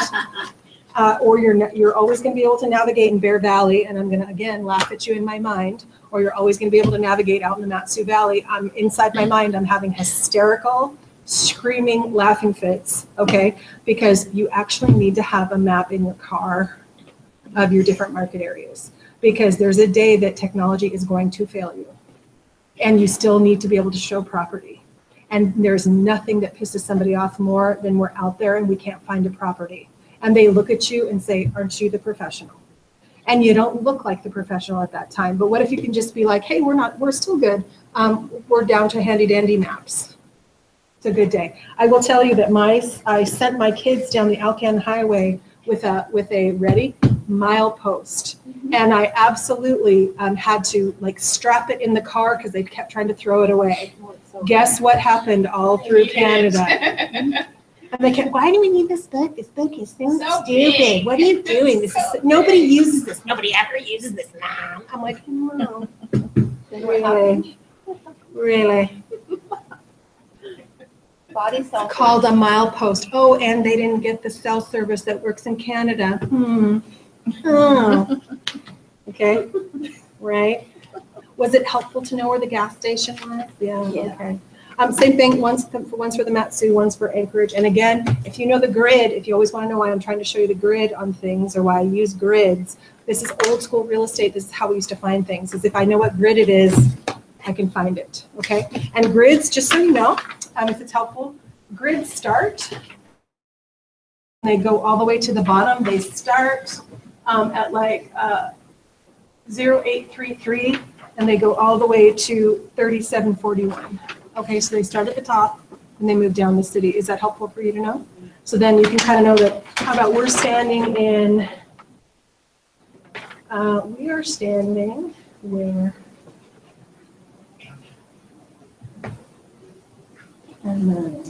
So did you take your box in and out of your car in the winter time? I literally think I did have a little tiny box, kind of like I carry around with me in my, when I'm cleaning bathrooms and stuff. It's a little caddy that I had some of this stuff in, but I literally, and my car was in the garage, so my stuff didn't freeze. You know, if your car's in the garage, it's not. Yeah, I mean, I probably didn't, I don't have a lot of, Yeah. I don't have a lot of stuff. That's true. I mean, but I would tell you, I can't, how many times some of this stuff is happening. I don't know that it wouldn't. That's a really good point. But I really did have a little caddy that I would take sometimes in and out. I also, if you guys ever can get your hands on if somebody in your life has a Consumer Reports, one of these little buying guides, it often tells you, like, when you're talking to buyers about potentially, like, okay, well, we're going to have to do new appliances. I mean, so if we're going to buy this house, we have to do new appliances. Oh my God, what does that cost? So first thing I want you to know is that every single company, Lowe's, Home Depot, Best Buy, Allen and Peterson, et cetera, a lot of times they do packages. Did you guys know that? Mm-hmm. They'll do microwave, refrigerator, dishwasher, and refrigerator. And if you buy all one kind of, they'll give you a huge discount, okay? So know that that happens. But I used to tell people about the buying guide. So if I was going to literally, if I'm going to go next year and replace my appliances, I'm going to ask Consumer Reports who they say is a good deal. Okay, that's how I buy stuff. It makes it easy for me. If Consumer Reports says that it does a good job, then I hope that I have it a longer period of time. I always have with me these note cards. What I'm doing at open house is I'm typically writing notes. I'm trying to write, are you ready? You should probably write this down. I'm trying to write 10 notes a day. I'm not even kidding. I'm trying to write 10 notes a day. A lot of the notes that I would write are from anybody who visited me at open house. Thank you so much for visiting me at open house. It was such a pleasure to get to know you or to have an opportunity to meet you. And this, of course, is if they give me their address. I get that. Some people are not going to give you an address. But what else could I do if they're not giving me an address? They're only giving me an email address. I could do that same note by email. Okay. Also, if there is proven you're going to hear, this is one of the top prospecting tips that you're going to hear, not just from Mike or Tom Ferry, not just from everyone in the office, not just from Millionaire Real Estate Next Door. You should be considering writing 10 notes a day. That's a lot. It is. Okay, that's a lot. My whole neighborhood, it took me forever. Right, but Yeah. and what did I suggest to you? Number one, Handwritten. they're handwritten. Mm-hmm. Number two, that you use a stamp. Can I tell you something? Using patriotic stamps is a really smart thing to do. I also use forever stamps, just so you know. Also, there are some, so this goes back to the cabinetry. So again, this is just Home Depot, that was Lowe's, no, it was Home Depot too. I'll just pick that kind of stuff up. I always have like a storage magazine or a design, a lot of times I'll have, I mean, Architectural Digest doesn't do it up here, you guys, but you know what a great magazine is for you to carry around with you? And they're free. When you guys see, I grab a couple and I take them to open house with me. And sometimes, as I'm looking through here, I sometimes say, look, you guys, what somebody did. What do you guys think about this? Here'd be an example. What do you think about this open staircase? Okay, why would I just start talking to somebody about their opinion? Get them talking. I just want someone to stop and talk with me. Prove that I'm not a threat, I'm just a real person, trying to develop a little bit of a relationship. I'm asking their opinion, I value them. Sometimes sometimes there's some super interesting things in here. Sometimes somebody will actually pick this up and start just going through it. So, question on that. Sure. How, I think Jack White has a whole centerfold thing. How much does it cost to put your house in there? Well, we need to contact the company up and find it. It would No, depend. it's Jack White's. It's all Jack White, right? In Alaska Home? Oh, maybe not. Maybe I don't think it's in Alaska. I think it's Alaska Realist. No, and I think it is 49 State. 49 to 6. That's it. Yeah, That's the one yeah. I'm thinking of. No, this is where That's different. that is different. Okay, and then, look, there's exterior lighting, you guys. They're like, oh my gosh. There's so much stuff. This is where high-end listings or contractors go to put their listings in. But again, it's Alaska Home. These are free. You don't have to buy them. How about your buyers and sellers? Where else do they sell these? They sell them at grocery stores. It's the same people who put on Alaska Bride magazine. Did you guys know that? No, I didn't know that. Yeah, they're a sister company. They also have some like recipes back here. They've got different, all kinds of different stuff. Art. Chef LaDonna Gunderson talks about a spicy wild salmon sandwich. Delish, right? How to upgrade a space. What you can do to upgrade spaces. They show a lot of before and afters. I used to love this for houses that weren't as renovated. It talks about a lot of times it'll have the difference between concrete and quartz and different types of countertops and granite and blah, blah. It says advantages and concerns and that kind of stuff. And every single one of them has some new exciting stuff. I never bring Architectural Digest. It's probably too highbrow for Alaska, and a lot of the manufacturers don't. HGTV. This is the one I would bring. Yeah. You guys can get that. You can pull this right off. A subscription is not very expensive, No. but people are watching HGTV everywhere. This is a great little magazine to have, and it helps you. Lowe's used to send this out. They have discontinued this. I'm sorry. I used to get this at my house. I'm really bummed about that. I'm taking it out. They don't do it anymore? They don't do it anymore. I have, not the 2012, I have the 2018 IKEA catalog. Why do I always have the 2018 IKEA catalog? Because you love it. Yes, I do. What else? Ideas, maybe? It's ideas for small spaces. A lot of places you're going to be in have a lot of challenges in some small spaces. I've shown a lot of people, I just want to give you a visual. People are very, very visual. Very visual. If you can show them that something can be done, they really get excited. So I can show you how you can take a very small bedroom and you can still kind of deck it out, and it's not terribly expensive. Does IKEA ship to Alaska? Probably not. Not IKEA specifically, but there is a company that does a off ship with IKEA, so you can. I want to say it's a lady's name. How can I get one of those catalogs? Well, I had to go to IKEA and get it. I've also mailed them and asked them to mail me a catalog and have received it. Okay. But So I you're just, down south visiting. or if go anyone to the you store. know is there, go and ask and just pick up catalogs. And I took out 6 catalogs. So I was just in there in Denver. I also have some information on home warranty. I keep this with me for my listing presentation, and I also have it with me in my little bag of tricks. I also have several. I have a seller's residential, and why would I have a seller's residential and a buyer's residential? Never know. Because the person, bless you, the person who comes in might not be a buyer who wants to buy, it might be a neighbor who wants to list.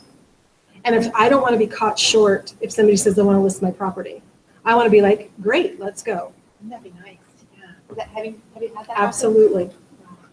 Absolutely. I've actually, my absolute thing that I'm trying to do at open house is to make an appointment with anyone who comes in to either show them houses later or to come view their house to talk about listing it. I also have a small trick. I've used this for years. I don't know why people don't pick up on this. You guys are in houses every day. You know what houses are worth. You know things that increase value in houses. So I would say all the time, no cost, no obligation. I'd be happy to walk through your house and give you some ideas about what would increase the value of your particular home. Now, guess what people do? You just went like this. Your eyebrow just twitched and you're like, oh, no cost, no obligation. What does that mean? Cool. Yeah, it would be can't hurt you. I want to tell you ways to improve the value of your home. Does anybody here care about improving the value of your home? They do. They do. Yeah. Do you care about, I care about improving the value of my home. What do I know? What are some things that you can tell people? What are some really inexpensive things that you can tell people that would improve the value of their home? Paint, cheap. Yep, what else? Declutter. Perfect. Does that cost anything? No, what else? Fix up your kitchen if you need to. That costs money. That could cost money, but you could still give them some, you know. If they still have their 70s Sure, refrigerator, we sure, should get rid of it. sure. We should block the door. Sure, we can have a conversation about how important kitchens and bathrooms are. But kitchens and bathrooms are only as important. I mean, have you ever walked into the house where the kitchen looks good, the bathrooms look okay, and the rest of the house looks like crap? That's a really hard for a buyer to wrap themselves around. It's better that a house kind of be cohesive, kind of, I call it cohesive. Yeah, I think balance is the right way. How about this? Clean. Clean. Declutter. Clean. Clean. Clean. If it's summer, Clean. make sure the front yard Yes. looks nice. Okay, and here's another thing. Are y'all hearing about how big of a deal your front door and your entryway is? Yes. There's an opportunity for us to have a small conversation about, have you ever thought about just painting your exterior door a different color? Maybe adding some plants, clearing out some of this stuff, making it look pretty. Curb appeal. It's the difference between your buyer sitting in their car and going, no, I don't want to look at it, and actually getting them in the door. That's how we got our house. Is that right? Yep. We were even looking in that neighborhood. It was a FISBO. Okay. Drove by, and my husband said, let's go look at it. It did look nice, totally cookie cutter. Yeah. So I said, no, I don't want to look at a cookie cutter house. But we looked in, and it was nice. There you go. After everything else we've been looking at. You were just like, wow. Yeah. Okay. I always, you guys, there's all of these upstairs. These cost money. We provide them to you at no cost to you. I have some of them in my, who asked me, why don't we write homes pended? Who asked me that about putting on sale pending stickers on listings? Do we put pending on that? There's a school of thought about putting sold stickers and pending stickers and that kind of stuff. Well, here's the thing. If you are the listing licensee, you sometimes don't want to put a sale pending or a sold sticker on the listing because you're still trying to get additional business. And if I see a sale pending or a sold sticker and I'm a consumer, I'm like, oh, dang it, I'm driving by that house. Okay? So from a listing licensee perspective, that's a thing. Also, remember, it's not your listing. So a lot of times your buyer is screaming at you, why aren't they putting a sale pending sticker on that property? And it's up to you to say, it's not my listing, it's somebody else's listing, it's their choice whether or not they put a sale pending sign on that. They're not totally sure until it's actually closed. Correct. Something could go wrong. Correct, it could DFT. So that's the other reason it could DFT during the course of the transaction. There is nothing more exciting, however, if you can get the listing licensee's permission, taking your buyer and either going and doing it and putting a pending sticker on the listing and taking a picture of it, or having your buyer there and take a photo of them putting the sale pending sign on. That would be fun. Okay, they also have riders. You could do that on the top and you could take the rider off just for, you could do some, like a little photo opportunity And then take it off. and then take it off. Okay, but these you can't take off. But guess what I do have? I have some tape. Okay, do you see that? Okay, and then I also have some Alyeska flyers. Okay, so a couple things what am I missing? I'm missing some stuff. I'm missing some WD-40. So there's been a couple things that people have ripped off from my little kit. WD-40, a professional heavy-duty stapler. I'm missing a Phillips and, no, I'm not. I've got a Phillips and a flathead screwdriver. When you say heavy duty stapler, do you mean like a staple gun? Not a staple It's the kind gun, that you. but it's a very heavy-duty stapler. Another brand by chance? Probably I probably bought Stanley a billion times. If you go to Home Depot or Lowe's, sometimes they even have them at Costco. They're just a heavy-duty stapler, so that, remember, what we're trying to do is hang up an open house sign. Sometimes I'm doing that on the exterior of a condo. You guys, sometimes the reason why I have some of the tape is oftentimes on the inside of a house, you guys only put one sign up. I might go and put 3. In the windows? Sure, because I might put it so I drive to work every day down Raspberry Road. There's a lot of houses that back to Raspberry Road, and I can see the bedroom windows from Raspberry. Instead of having to drive through the neighborhood and see the open house sign, wouldn't it be cool just right there that you put an open house sign in the bedroom window that faces a busy street? So you would know before you had to drive through the neighborhood. Correct? Does that make sense? So there's a lot of times, I'm not just putting one sign up, the open house sign, I'm putting several. Okay, a couple things. A huge thing that we've always done for years and years and years is banners. Banners are very inexpensive if you think about it. If you look in the back, has anyone received a copy of your Realtor magazine? Yes. You should get them pretty quickly. Is it automatic? It's automatically, you get a subscription to it. In the back, you guys, they have banners for sale. I don't know if you've gone to MLS and seen those tall,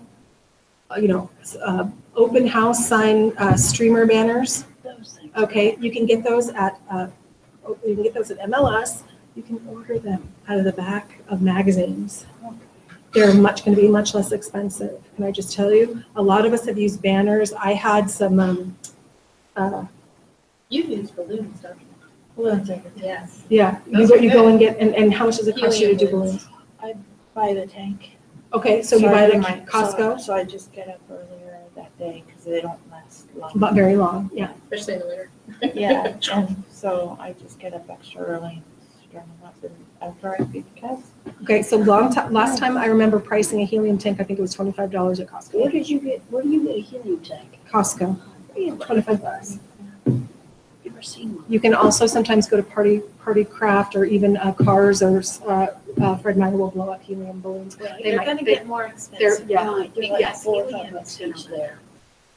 And any of Because the I'm a laboratory welding or person. gas supply shops also carry. Do you think? They are. Oh, They're nice. running out. There's only a certain amount. So there's a- Hi, Alex. You're gonna be in class. Okay. We have a new licensee who just joined us. Okay, so why might it make your, and then the other thing that I don't tell you, I always have like protein bars. I always have, I have protein bars for me. I have sometimes just, I put together a snack bag, okay? The snack bag mostly is for me, but I'm always happy to share it. What's that? Hard candy. I probably won't do hard candy, but I'll put together like gummies, like those little packages of gummies from Costco. I have them in my house anyway. So I just bring some stuff with me. First of all, sometimes I'm feeding myself, but it makes your day go a little bit faster if you're not like hating life, super hungry, have to go to the bathroom, but can't use the bathroom because there's no toilet paper. I mean, This was me the other day. I open was houses- hungry. I had to go. I I know. was cold. The house was freezing. Yeah. There's a new paint smell. I was gonna pass out. Right? All of it. So, and I will tell you, I dress in layers. The one thing that is missing is I took it home. I take my iPad with me. So first of all, I can get online and I can look at stuff. I have had an HDMI cord with me for a number of years. I used to have a presentation about myself and the property. If the listing licensee had a virtual tour, which a lot of times they purchase when they get professional photos done, I would maybe have like a couple slides that were about me, and then I would plug in the virtual tour so that it was playing. So again, if I can make somebody stop and watch something, then there's some coffee right there and a little snack. Okay, now I'm not so threatening. I'm not such a salesy salesperson. Do you always play music too? I typically play music, and I play music that I like. For you. But yeah, I like the time to go by. I always have a book with me. I typically have a real estate book.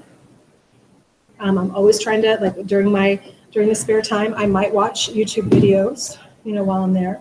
But I want to do something. The idea is, if I'm going to sit my butt for 4 to 5 hours on a Saturday and Sunday, I want to make my time productive.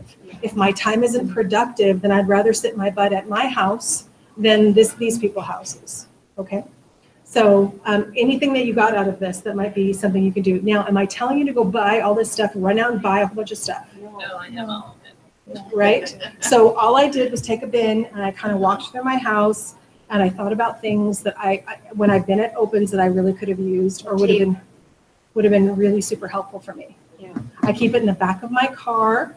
I do move it in and out. I have moved it in and out before. But even if I had to run out to my car and grab something, I've been so grateful that I've had some things. It's just made my life a lot easier. And if I ever use something, I try and replace it. And I'm sure I'm missing a couple different items.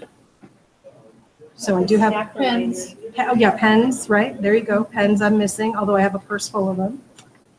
I do sometimes stop and get, now, a lot of times, if it's a brand new construction home or newly constructed or cleaned out, they really don't want you cooking in the oven, right? And you can't cook in somebody's oven without their permission, you guys. We used to always like bake bread or put cookies in or do that kind of stuff. You can't actually do that without. So no, don't bake cookies in your oven. You can with permission, Yeah. just remember, how would you feel if you came home and somebody cooked cookies in your oven? Some people, like me, I store things in my oven. The pan is in there. Yeah. I mean, I store a couple, I have my couple things that I don't keep on my cooktop, I keep in my oven. So if you had walked into someone's house, turned on the oven without looking in the oven and ruined some cookware, you might get somebody really torqued off. So the cookie thing, that's That's a okay. cliche almost. No, it's not cliche. You can totally do it. And by the way, don't be dumb. Go to Cars and buy the ones that are already cut and then cook them in. Don't make your own cookie dough. That is ridiculous. There are some conveniences that you should take advantage of. That is one of those conveniences. And then, but also again, you want to make sure it's I don't want to be cooking and making stuff unless I know it's a high traffic open house. Another tip, can I give you a tip for opens? If I have an open house and I'm getting traffic at it, I want to stay there until it sells. Did you just get Keep doing it. Keep doing. If I have a good open house that has good traffic, is in a nice location, and is nicely appointed, That's what you can do again stick next with week. it until it sells. Okay. Okay, You because stuck with it, Lisa. Yeah, it's sold. okay, but why would you stick with an open house until it sells? Because they see you if they come back. Because you want it to. You want it to sell. And You're supposed to want people. Okay, I because would- And you're getting good traffic too. Yes. So if you're not getting good traffic, like the one we just did, really, even though it's sold, there was 3 people. okay, but you might want to stick. You might want to do an open house. You might want to give it 2 weekends to know, especially if it's a nicely. Oh, sold. Yeah. No. Well, that'd be a great reason not to do it. But what I'm trying to tell you is sometimes you have to give an open house more than 1 week. You might have to give an open house 2 weekends to see. You could have done it on Super Bowl Sunday, and nobody showed up, or you don't know what was going. You don't know that there was something going on. That you want to give it a chance. Oh, okay. Well, you would know that, but I wouldn't know that. I don't know when the playoff games are happening. I don't know who's playing because I don't care. Or I don't know who's in the NHL He playoffs. said that if he did an open house on Sunday, that there's a good football game, sometimes he would have it on. Yeah, well, absolutely. Could you do that too? Yeah. If there's a game going on, you guys. And they bring their husband and the game's going on. There you go. Now somebody's stopping and talking with you. Yeah, that's a great idea. That's not a bad idea. And then you might come up with, if you can think of anything that I'm missing, I told you I'm missing WD-40, I'm missing Clorox wipes. I always have like kid toys, like a little batch of kid stuff. Kitchen towel or a rag. Oh, that's nice. Although I always use the Clorox wipes. I didn't Oh, really yeah. ever bring a cloth wipe because their germs, my germs, their germs, my germs. I sometimes don't lug a lot of stuff in. You want to know who you're doing open house for, whether they'll allow you to market or not. That's a big deal. Yes. Okay. And then I obviously would try and get the updated copy of the consumer. And again, why is something like this really nice for you to be able to use? You can recommend things. Yeah, oh, yeah, I mean, and they've got riding lawnmowers, they've got all the like appliance-y type stuff that go with the house. It also kind of gives you an idea of, wow, what do things cost? What do things cost? So when you're sitting there going, when's the last time I went shopping for a stove? I know how much stuff costs, but I'm shocked sometimes to be like, oh my gosh, really? Or a refrigerator, right? Right? Okay.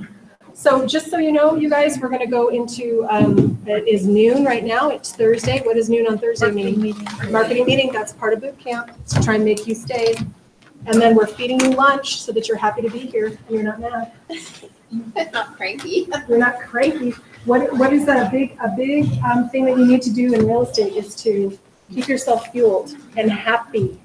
Happy. Yeah, I didn't take any food to that open house the other day. And I got So- cranky toward the end. Worry. Did you get cranky? I got cranky toward the Oh. end. I mean, I was still being nice, Yeah. but I felt like, oh, gotta eat something. thanks, Tris. You're so welcome. I have so much more stuff to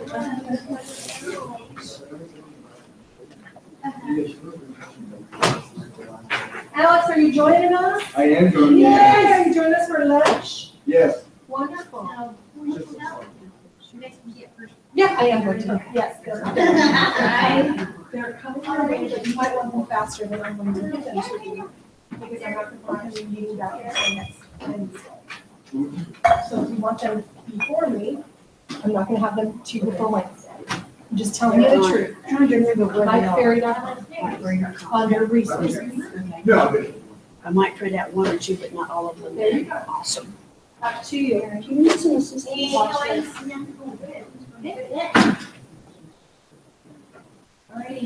You need some help getting your No, stuff? I'm just going to put everything back. Okay.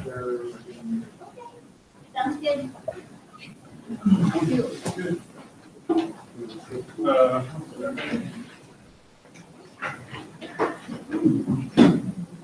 Hello. Good, how are you? Good, thanks. Can I ask you a question about the postal license in the city? Yes. The 31 hours? Yep. That's due in 1 year. 1 year anniversary. Correct. Where do I get those again? Here, you're going to get them in the class. I get all of them here? Okay, I thought that's what you said, I couldn't remember. That is Thank correct. you. You're welcome. Uh-oh, right in the firing line. how's life been this week? So good. So much better now that I know that you're a passer and it's that way. So much better. I was so happy when I passed that I'm test. so excited you passed it too. Thank you. She screamed in my car. Did you? She's like, oh my God.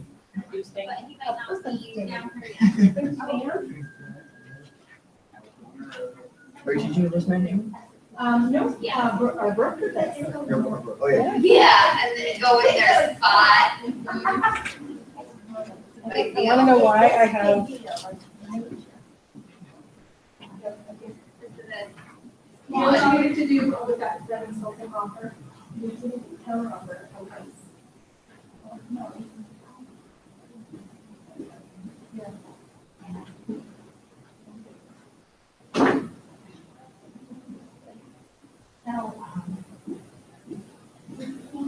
Like, their risk management. So,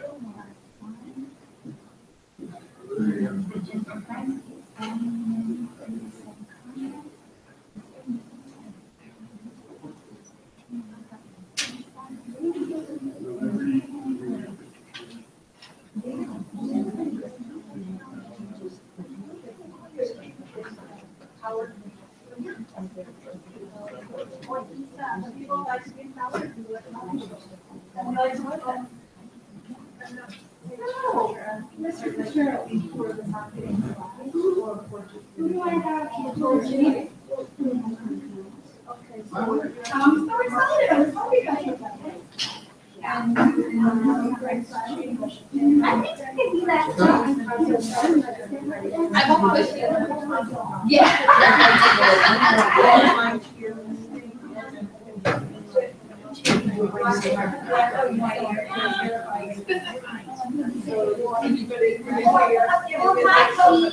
Oh. Good, how are you?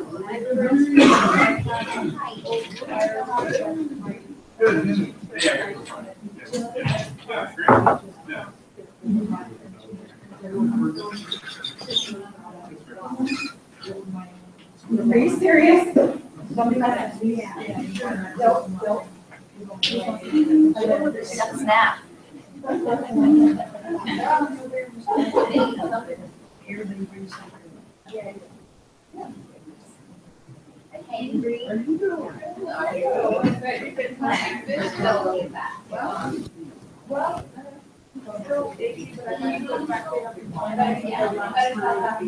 After 4 hours. Oh, yeah.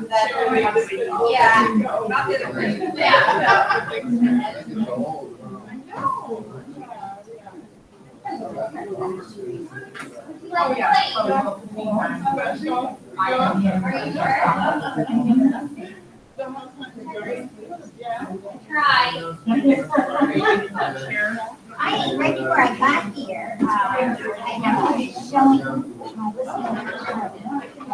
Okay.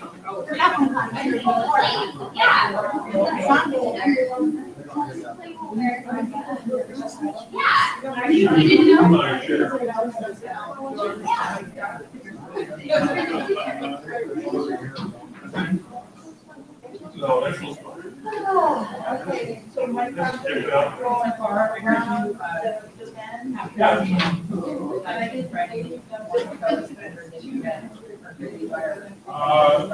We are gonna work on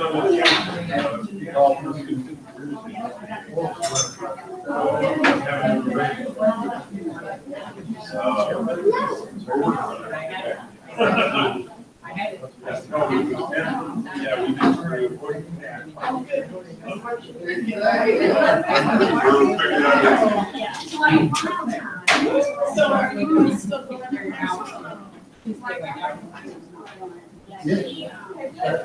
not yet. I was planning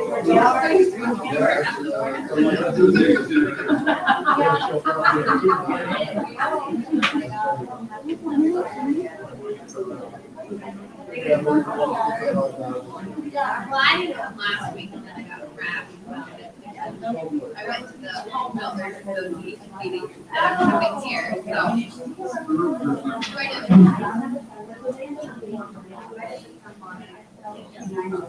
Home builders.